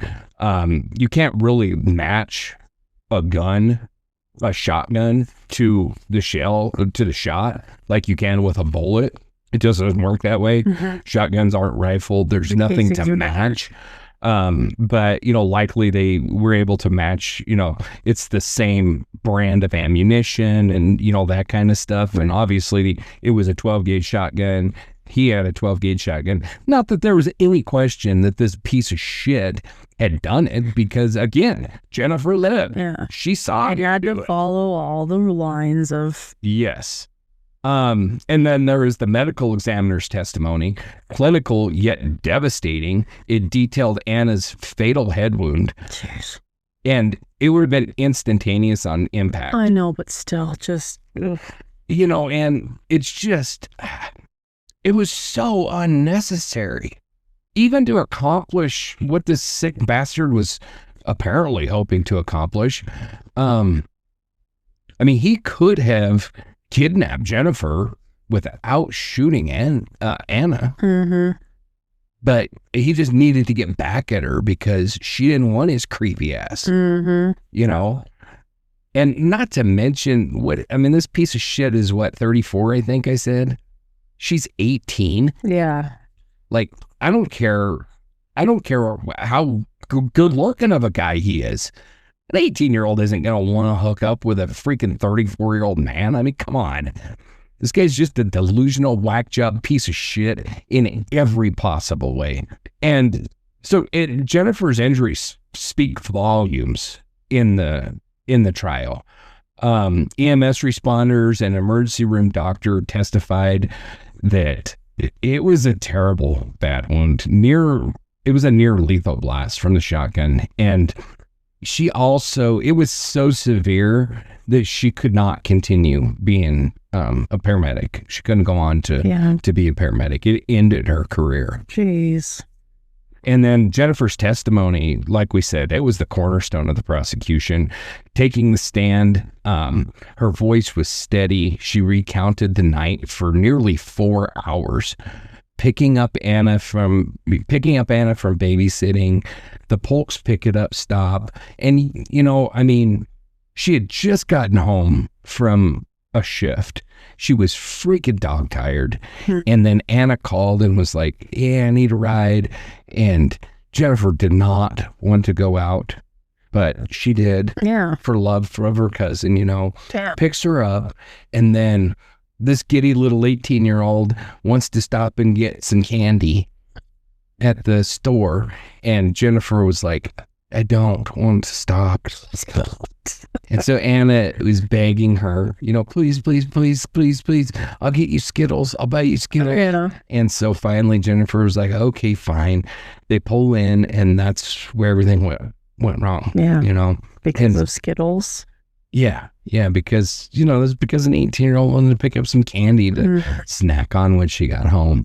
This poor girl, Jennifer, she just got home from a long day running the ambulance, man, and she's beat.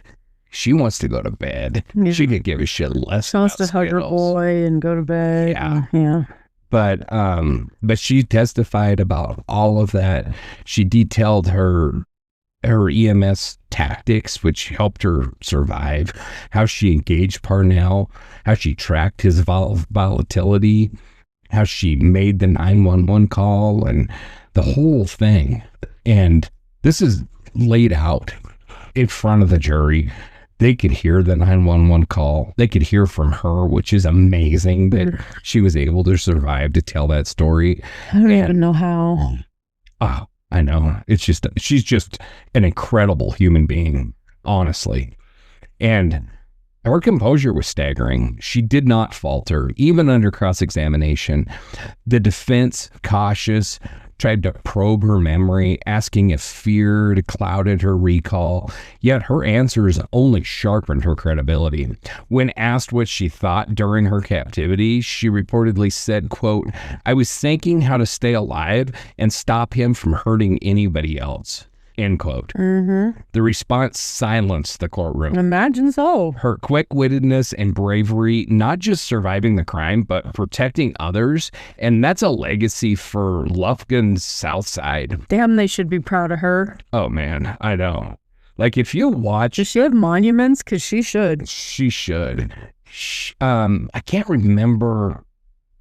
She's on one of the true crime shows. The story is. I can't remember which one. I saw it because I was going to look into this a little bit because I hadn't heard of it.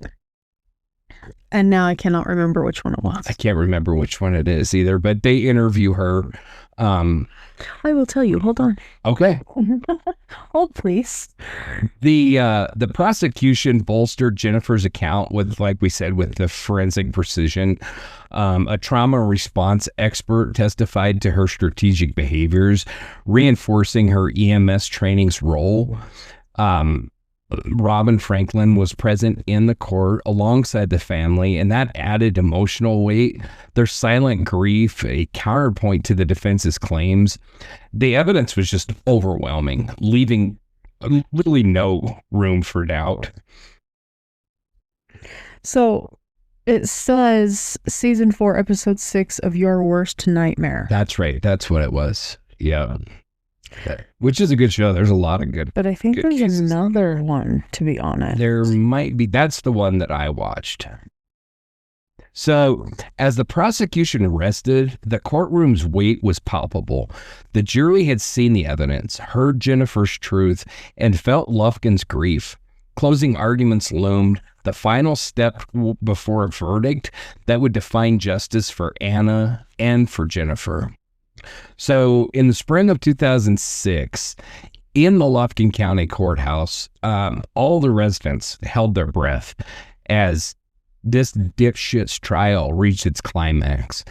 And after weeks of wrenching testimony, the courtroom pulsed with profound gravity, every eye on the jury. The prosecution had laid bare Parnell's methodical violence, murdering 18-year-old Anna Franklin, kidnapping and sexually assaulting 27-year-old Jennifer Holliday. The defense, grasping for mitigation, had faltered. Now 12 jurors would decide justice. Their verdict, a testament to Jennifer's resilient fortitude and Anna's enduring memory. The prosecution's closing argument, delivered by a seasoned district attorney, was searing yet respectful. They displayed Anna's school photo, vibrant, smiling, not a crime scene image, framing her as a daughter, not evidence. They recounted Jennifer's heroism, her EMS-honed intelligence in making that disguised 911 call, her bravery enduring hours of captivity, her quick-wittedness outwitting a killer. Parnell's intent, they argued, was undeniable. He followed Anna after her rebuff at Polk's pickup, fired a sawed-off shotgun into Jennifer's Ford Explorer, killed Anna point blank, and abducted Jennifer. There was no snap. It was an execution. The defense, visibly worn, stood with little to no counter. Likely, I mean, his tail between his legs. Well, yeah, is all they had in their court was, he lost his mind. He's not mentally stable, although he was found mentally stable enough to stand trial. So we know he's not criminally insane. Yeah, that's all they could say was. I mean, they're certainly not going to say he's not guilty. So all they could say is, he snapped. It wasn't really his fault, and honestly, they were just trying to keep him off death row at this point. They know the son of a bitch is going to prison. Period. Yeah. But they're trying to keep the state from killing him. And so the judge then, after closing arguments had finished, the defense, they had nothing to say, so there isn't really much to report on that. And then the judge issued the final instructions to the jury, and the jury retired to deliberate. And it was a pretty brief period of deliberation. Maybe like 10 minutes. Yeah. So around 6 p.m., they returned with a sealed verdict, the courtroom swelling with anticipation. Jennifer, who was flanked by her colleagues and family, sat composed, her face a mask of resilience. Robin Franklin, Anna's mother, held tight to family, and her grief would have been palpable. I mean, I can't even imagine, You can't imagine. I can't imagine. I can't imagine. And Parnell, the stoic, dipshit, worthless bastard, just stared ahead, his silence a void. The foreman stood. He was probably thinking, she said she loved me. Yeah, I'm sure he was. Yeah. Yeah. Why? The judge should be marrying us. Yeah. Why is this happening? She said she loved me. Yeah. So the foreman stood, voice steady, guilty on capital murder for Anna's death, guilty for aggravated kidnapping, guilty on aggravated sexual assault. 3 charges, 3 convictions, no hesitation. Jennifer exhaled a subtle nod, signaling relief. And Robin wept quietly, her loss raw, yet acknowledged. I imagine it would take me longer to decide what to have for dinner than to come up with this. In this case, I think that would almost be everybody. Yeah. I mean, I guess the only argument is if you had some bleeding heart that was like, he was mentally ill. I mean, that would be the only argument that could happen in the deliberation room. Like, there's no possible way anybody was like, well, he didn't do it, he was not guilty. Yeah. So the only thing they could argue about, but then you'd have jurors on trial for murder for killing the person who said that. And the speed at which they came back with a verdict, that didn't happen. I'd be like, punch you in the face. He's okay. I'm sure that they walked in the room and was like, Gutsy, okay, so do we want to order dinner? Have dinner first, or do we just turn around and go back out there? That's what I'm thinking. It would have taken me longer to decide what should we eat. Yeah, exactly. Then if I'm a woman, and people think that about women, so. Well, I mean, I think that's really the only decision to be made is, do we want to put on a show like we talked about it? We can go ahead and order dinner and eat, and then we can go discuss it over snacks. Or do we just want to go home? Just call it a day. Yeah. Just get out there right now. I want to hug our own children. They must have decided that they wanted to have some dinner first. Because I can't imagine that there was any arguing. There was no deliberation. This was like, instead of the jury's deliberation, this was like the jury's dinner break. And then it just came back. I want to talk to the people in there that are supposed to be watching them. That's who I want to talk to. What was actually said? How long did it take them? There's nobody watching. There's nobody. I thought there was always like a court-appointed somebody has to be around. No. To make sure they're not like berating each other or what. No, really? No, that's kind of the responsibility that shifted to the jury foreman. And they can, if there's an issue or something like that, then they can go to the judge and say, this dipshit is, and they can request like a juror be removed or something. But honestly, by the time it gets to deliberation, all of that's pretty much over. So what usually happens is once they're ready to deliberate, then the judge dismisses the alternates, because they always pick the 12 jurors, and then there's a number of alternates, 2 to 3 alternates that are selected, but those alternates are usually released before deliberation. So once they're in deliberation, it's a sealed deal. See, no, I just thought I didn't think it was a random person. I thought it was court, like a guard. Some sort, I'm using air quotes, that made sure they weren't bullying somebody into. No, it's a matter of fact, it's always secret.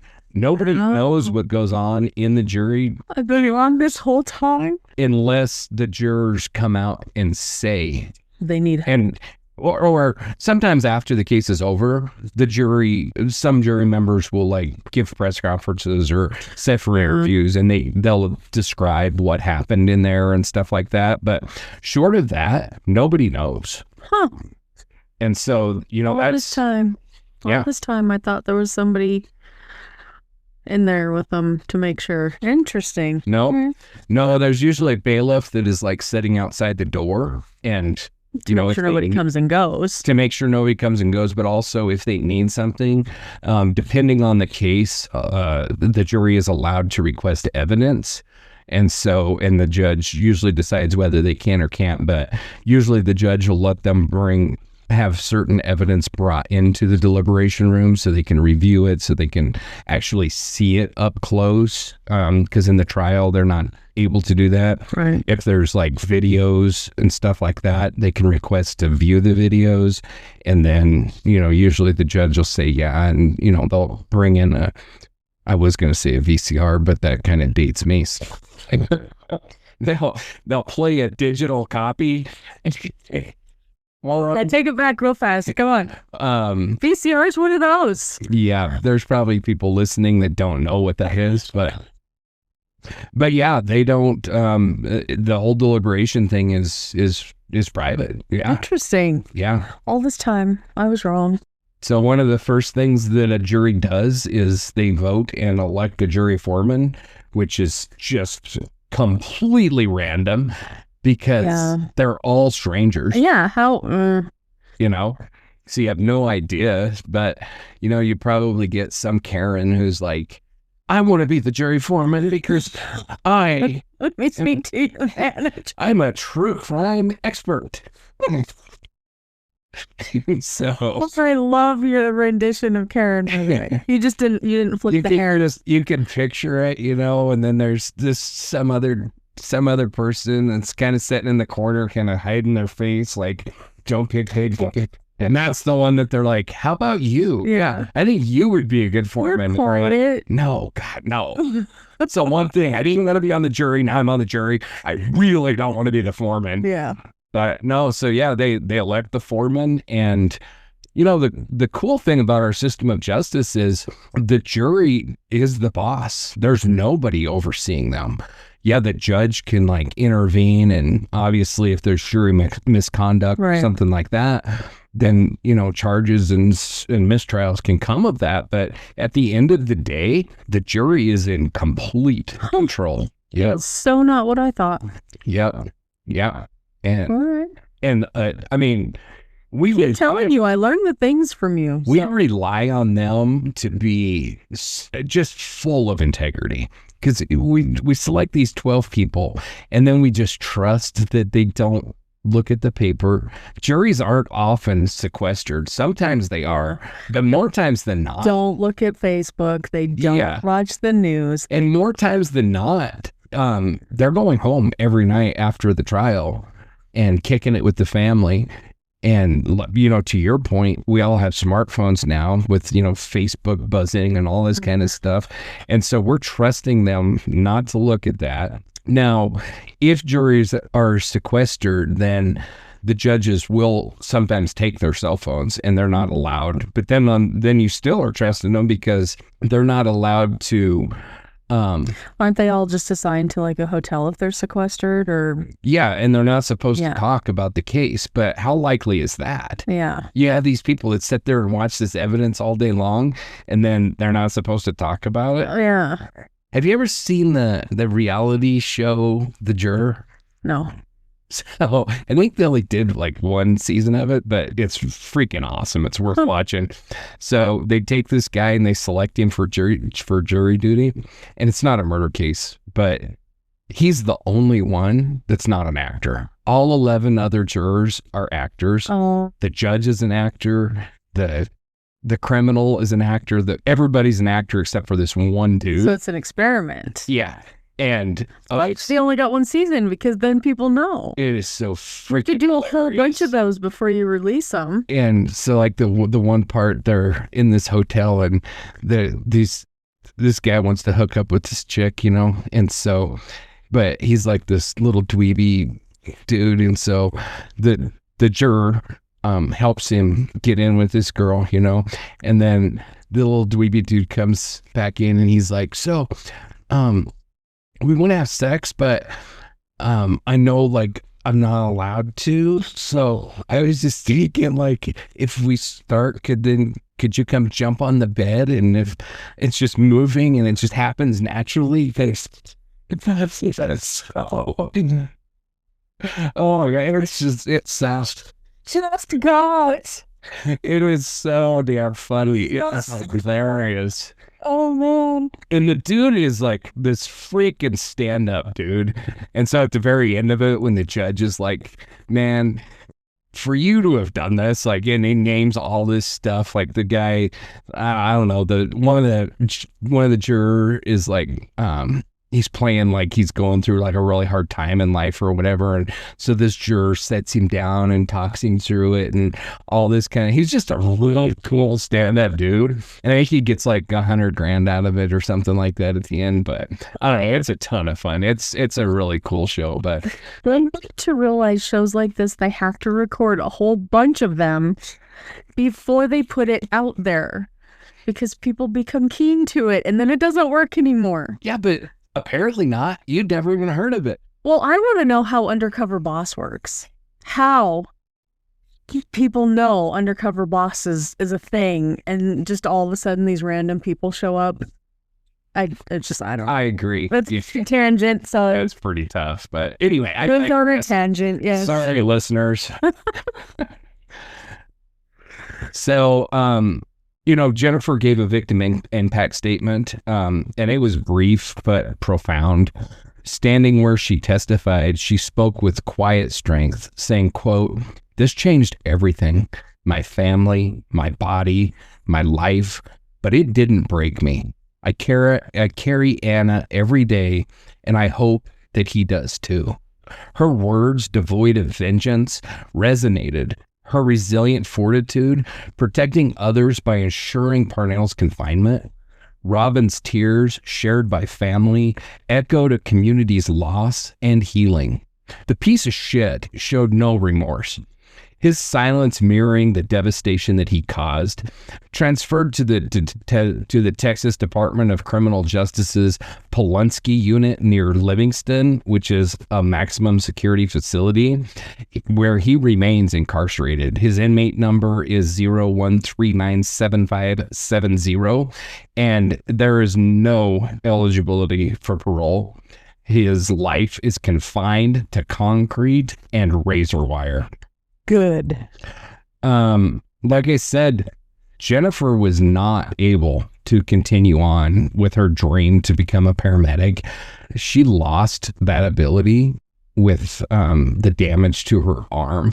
You know, it is a pretty labor-intensive job. I know that when I hurt my back, I got released to do anything I wanted to do except emergency services. They would not release me to go back on the fire department or the ambulance, which I pitched a fit about. But my doctor was like, I can't live with myself if you're lifting a patient and your back gives out and you both fall down. So, yeah. So the facts of today, as of today, are harrowing. Anna Franklin, just 18 years old, murdered.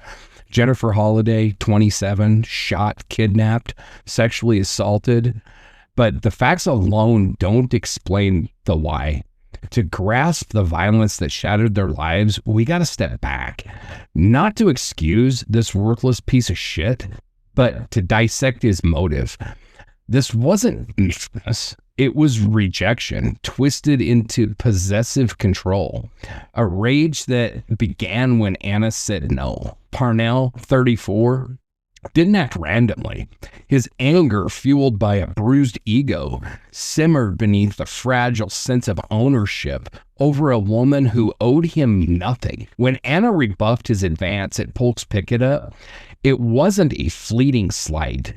To him, it was a challenge to his power, a fracture in his delusion of dominance.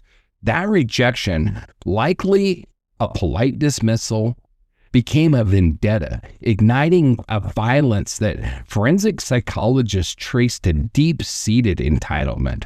And I've known pieces of shit like this. So have I. You know, I mean, they're out there. Whether they would go so far as to kill over it or not, I don't know. You and I probably know some of the same pieces of shit like there's a lot of pieces of shit like this.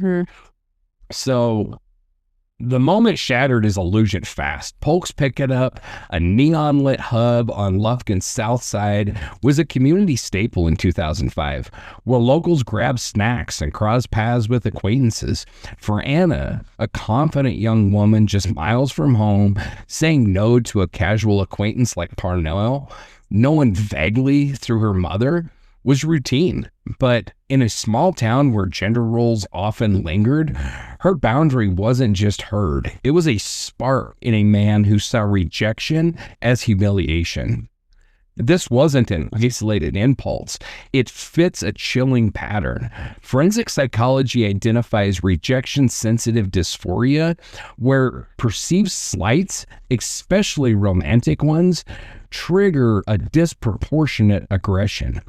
Parnell's reaction went beyond this, rooted in what experts call misogynistic entitlement model. A man denied emotional access retaliates as if robbed of his dignity. His actions, stalking Anna and Jennifer, firing a sawed-off shotgun into their car, executing Anna, abducting Jennifer, they weren't spontaneous. They were punishment, control, retribution for perceived loss of dominance. And it's heartbreaking how common this is. whether we're talking about murder or we're just talking about domestic violence. Yeah.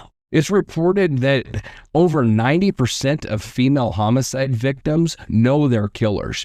With rejection, ending relationships, refusing advances, that's often the trigger. And, how many times have we said and will continue to say, as long as we do this podcast, no doubt, is, when a woman says she's leaving, that's the most dangerous point, because that's when these pieces of shit get their little baby egos bruised and they just can't allow it. And so Anna's story echoes countless others where a woman's no becomes a dangerous act. In Lufkin's working class South Side, where community trust clashed with rural isolation, that danger turned deadly, a vendetta unfolding in minutes. Parnell, he didn't have no manifesto, and there was no trial confession to unravel his psyche, but his actions paint a portrait. Following Anna and Jennifer from Polk's,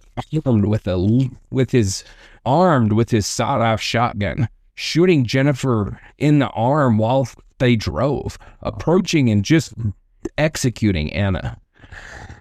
And then all the other nonsense, the kidnapping, the rape, all of that, it was a calculated response to, like I said, his little baby ego getting bruised.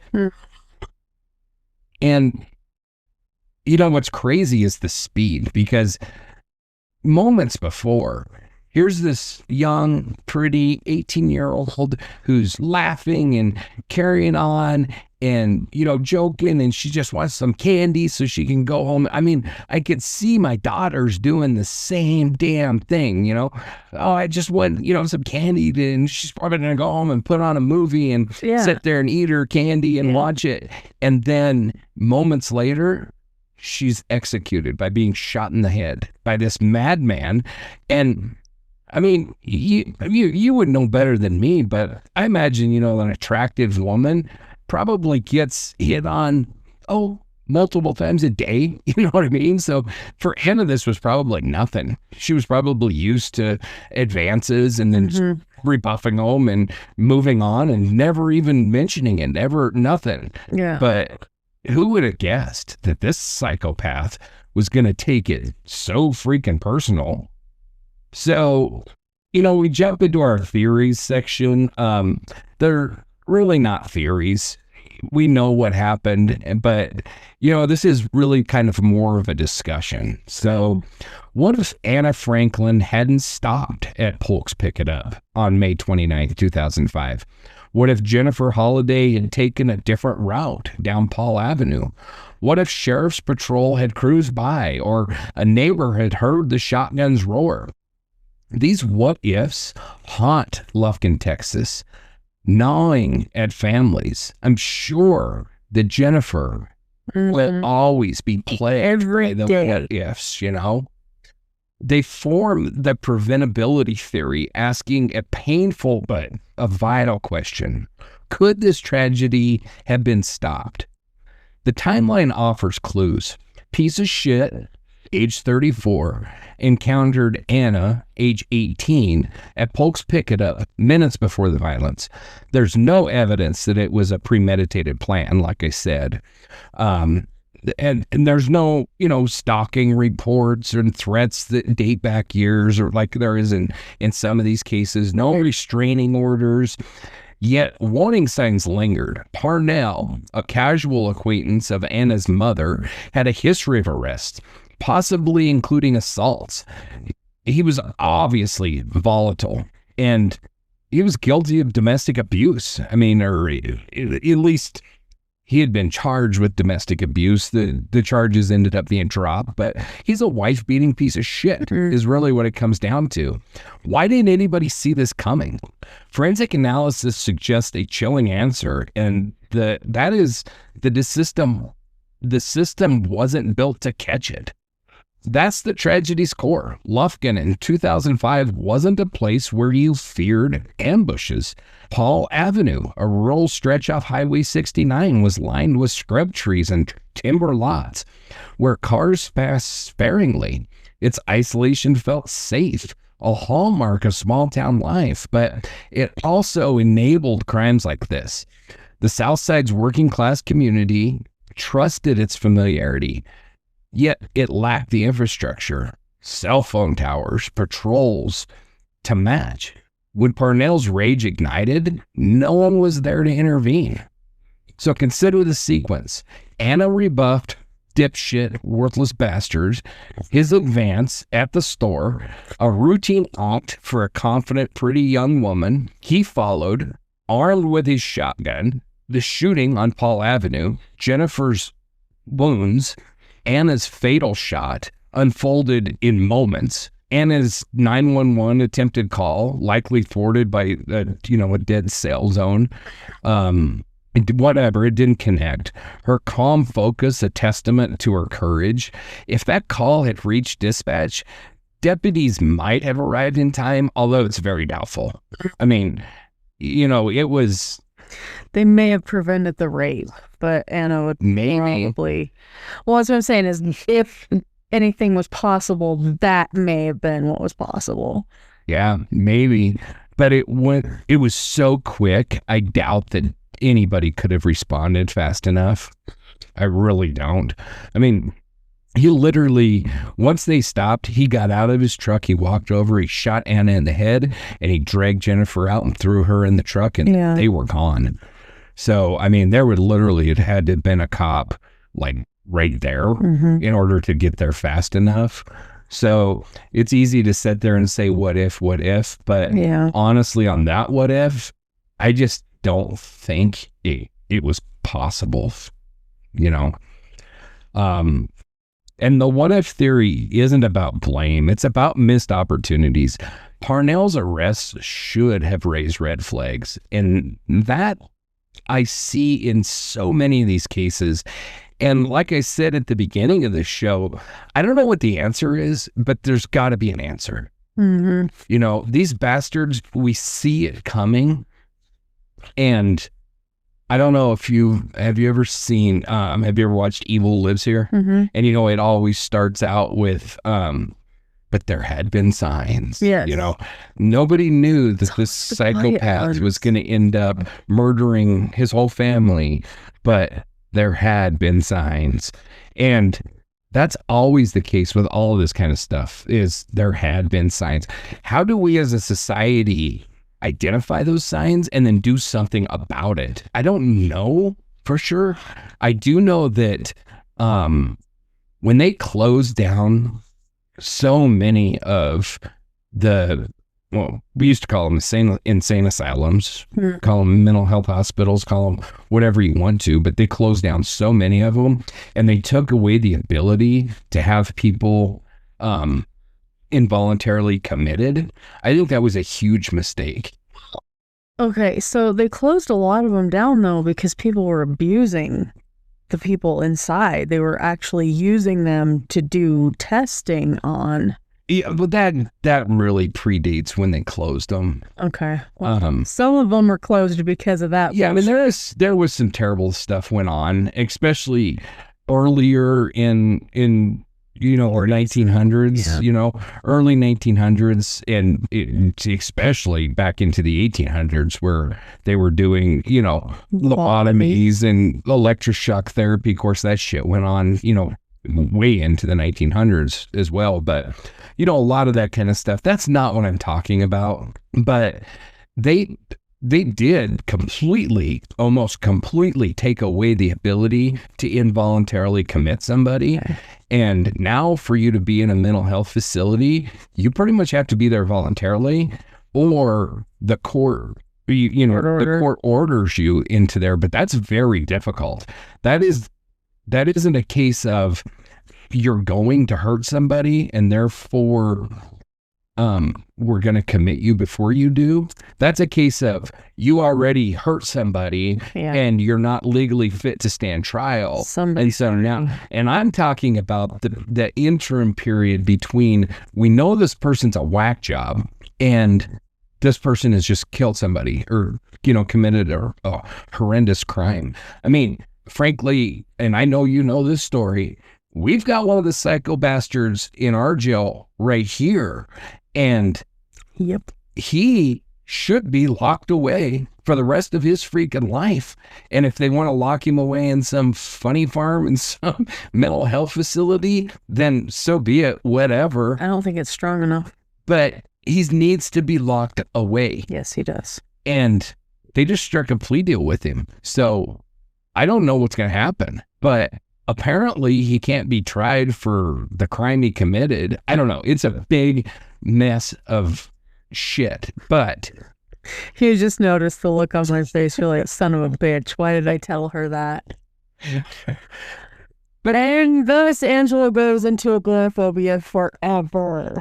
But, that's a perfect example of somebody that needs to be locked away. He should have been locked away well before he was able to hurt somebody. Unpopular opinion, he should have died the twice he tried to kill himself. Yeah. That's my opinion.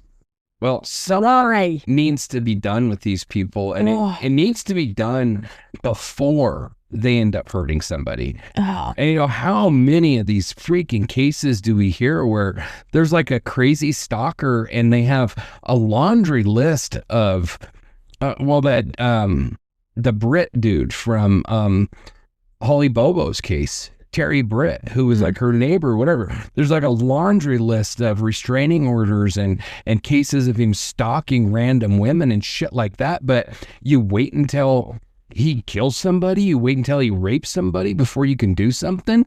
I think as a society, we've got to say no more.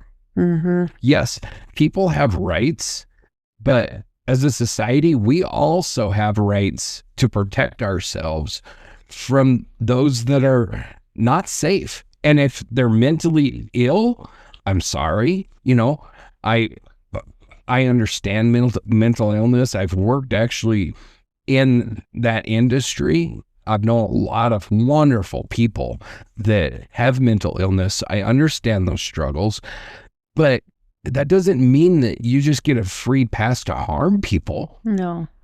And some don't. Most.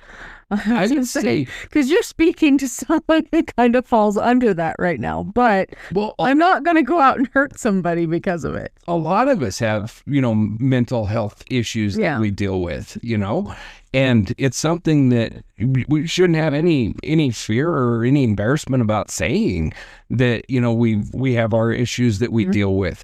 And that's not what I'm talking about, because I would say 99.9% of the people that struggle with mental illness or any kind of mental health issues aren't hurting people, and they're not going to hurt people. At the worst that is going to happen is they're going to hurt themselves. Yeah.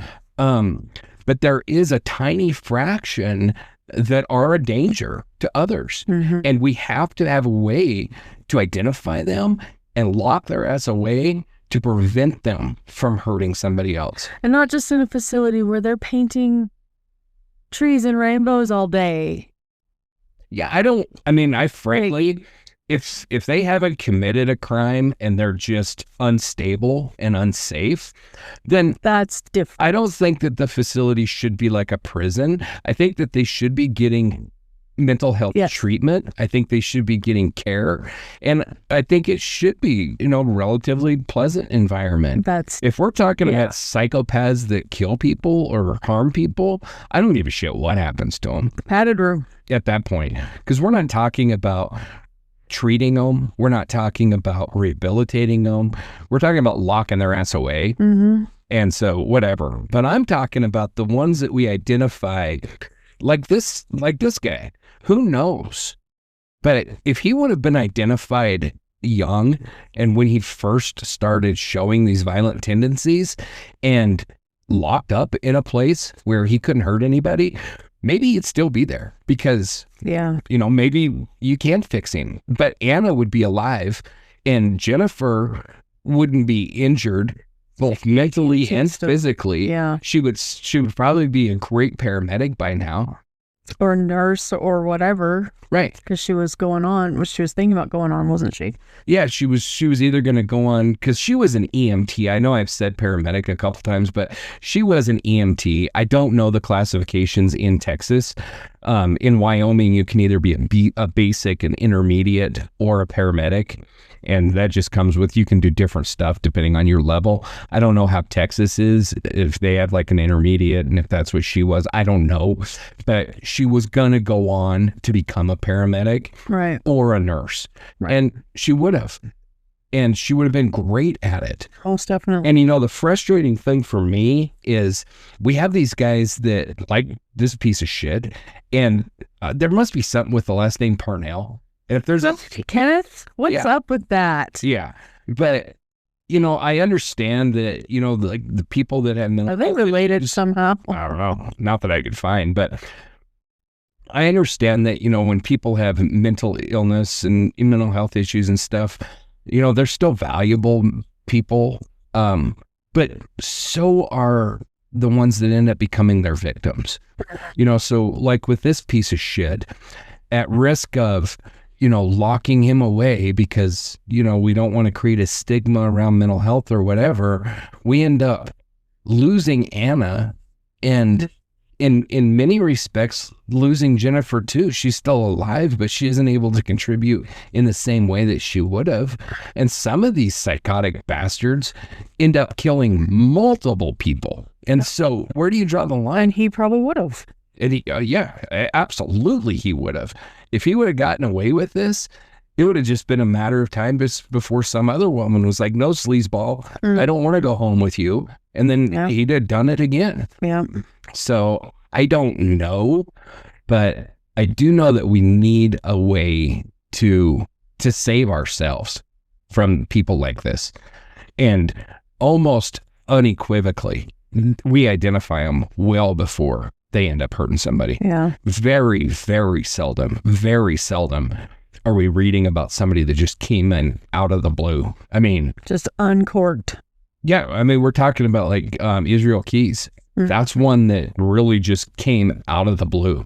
We're talking about a Ted Bundy. That one just came out of the blue, Jeffrey Dahmer. Some of those crazy serial killers just came out of the blue. But then you look at like Ed Kemper. He killed his grandparents, and yet we turned him loose. And then he went on and killed, I believe it was 6 co-eds plus his mom and his mom's best friend. Yeah. After that. And we expunged his record so that he could legally buy firearms and everything because he was no longer a felon.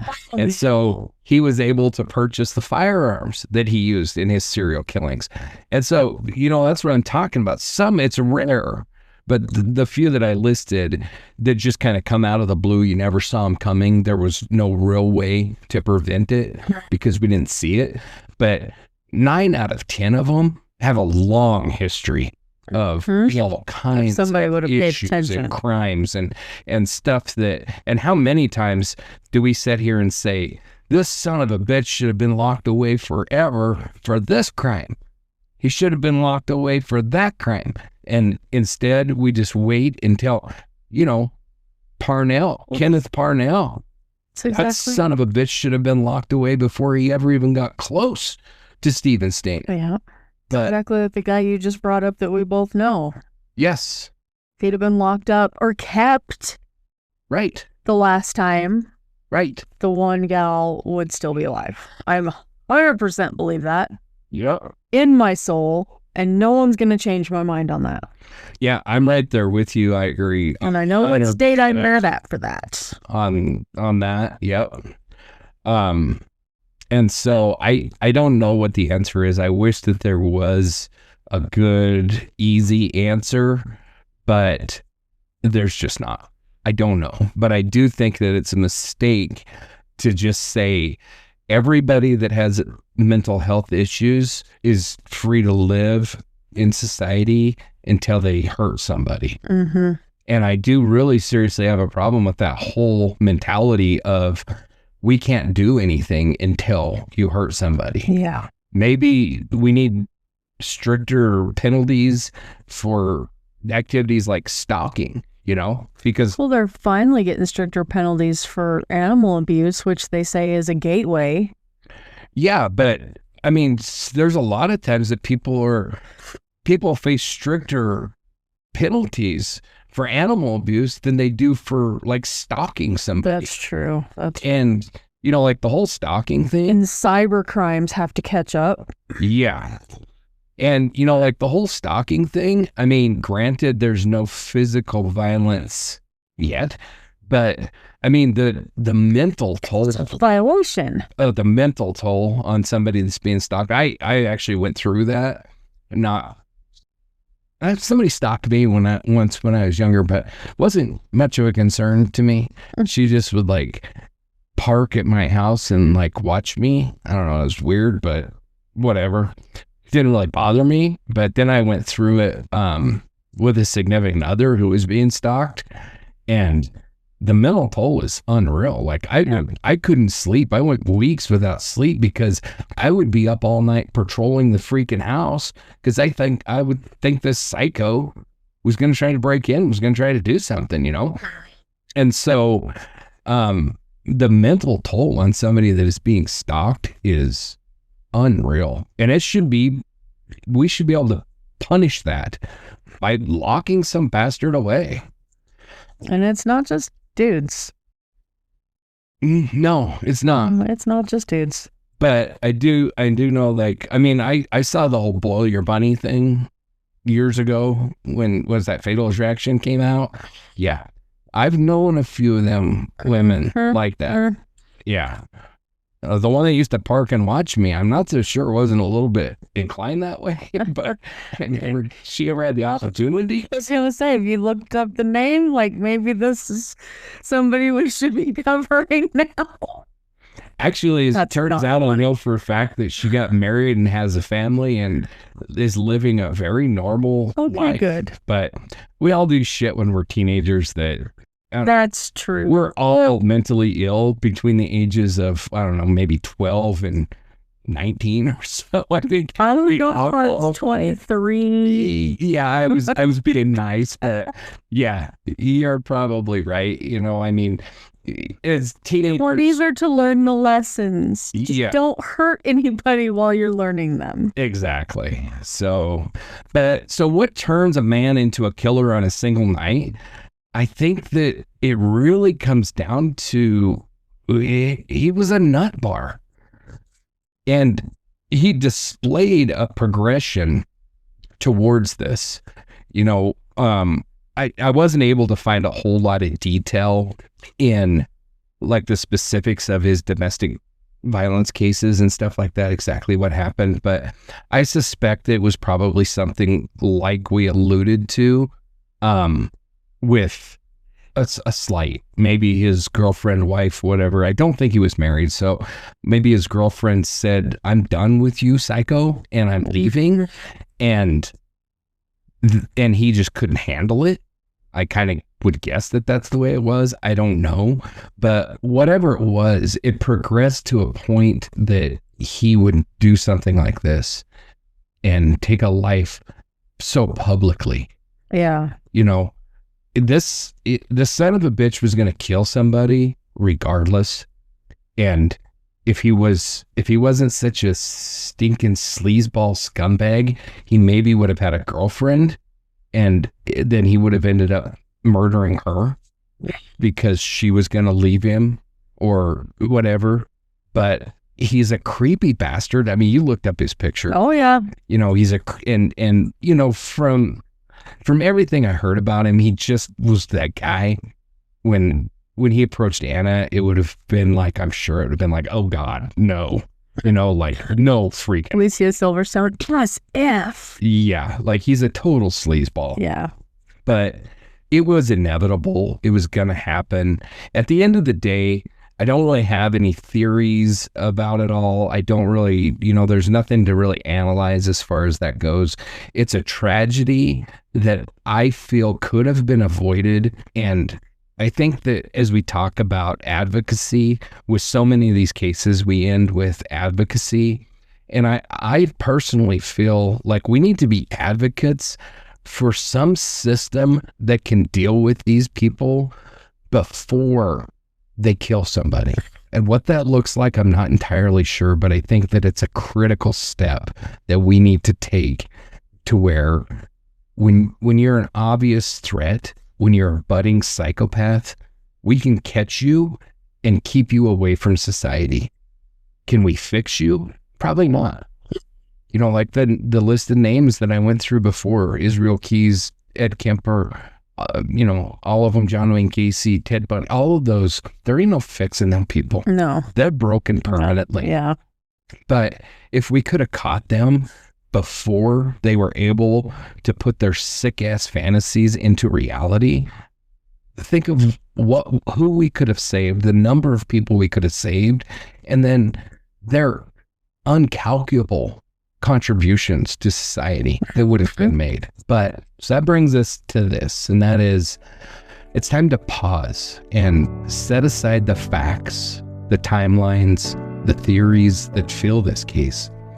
At its heart are two women, real lives, real families, real legacies. Anna Franklin and Jennifer Holliday, bound by love, tested by violence on May 29th, 2005, in Lufkin, Texas. They deserve to be remembered not for their pain, but for their light.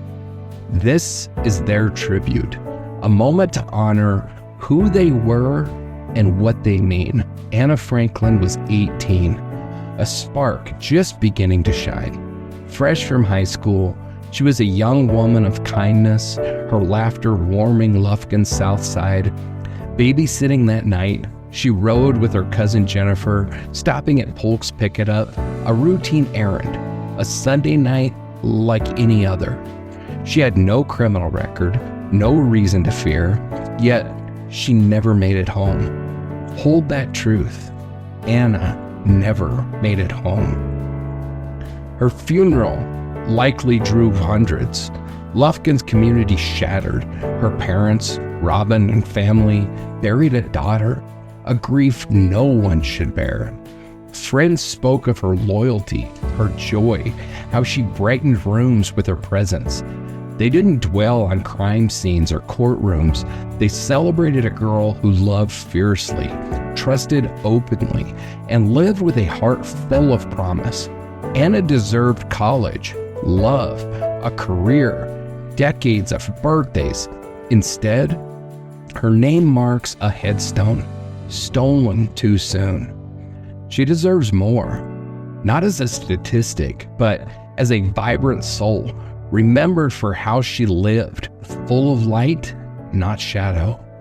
Then there's Jennifer Holliday, whose story continues but forever changed. A 27-year-old Gold Star EMS EMT. She saved lives, rushing into chaos, holding hands through others' worst moments. That night, shot in the arm, witnessing Anna's murder, kidnapped and assaulted. She survived through extraordinary bravery, intelligence, and quick-wittedness. Her EMS training guided her, seizing a critical moment with a disguised 911 call that led to her rescue. Lufkin held her a hero, their pride echoing in churches and diners, but survival carried a heavy price. The trauma commonly faced by survivors as hypervigilance, PTSD, survivor's guilt, followed her. It still does. She couldn't return to her calling. The badge and uniform of a paramedic, no longer hers. The career she loved, her identity as a lifesaver, was another loss, layered upon Anna's absence, her cousin and confidant. Yet Jennifer didn't break. She rebuilt, choosing resilience over despair. In Lufkin's South Side, where rural isolation met community warmth, her story inspired proof that enduring courage can rise from ruin. Likely sharing her journey in later years, she spoke of strength that carries pain, not denies it. becoming an advocate for trauma recovery. Trauma experts call this post-traumatic growth, where survivors forge new paths, and Jennifer's path shines bright. Her bravery isn't just that night. It was facing Parnell in court, testifying with calm resolve, giving Anna a voice when hers was silenced. It was navigating Lufkin's questions, some kind, some not, and choosing peace over fear each day. Survivors often carry guilt for what they couldn't change, but Jennifer's story teaches us surviving is enough. Her courage to breathe, to show up for herself and her community, it's heroic. This isn't just a crime story, it's a human one. Anna, gone too soon.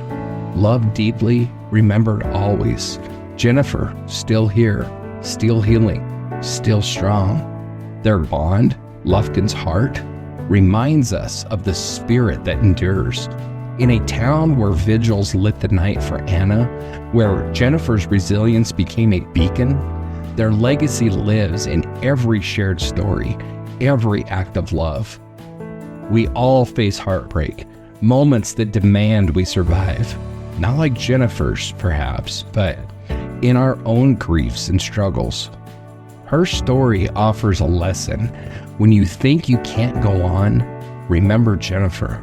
When doubt whispers you're not enough, remember Jennifer. When life shifts and you're lost, remember Jennifer. She couldn't save Anna, couldn't keep her career, but she rebuilt, forging a life of purpose. May we carry their names with reverence. Anna for her light, Jennifer for her fight. May we find, like Jennifer, the enduring courage to rise from our worst days, building something beautiful from what the past tried to steal. So we've reached the end of tonight's story, a tale of enduring loss, resilient spirit, and a strength that shines through darkness. Anna Franklin and Jennifer Holliday faced unimaginable horror on May 29th, 2005 in Lufkin, Texas.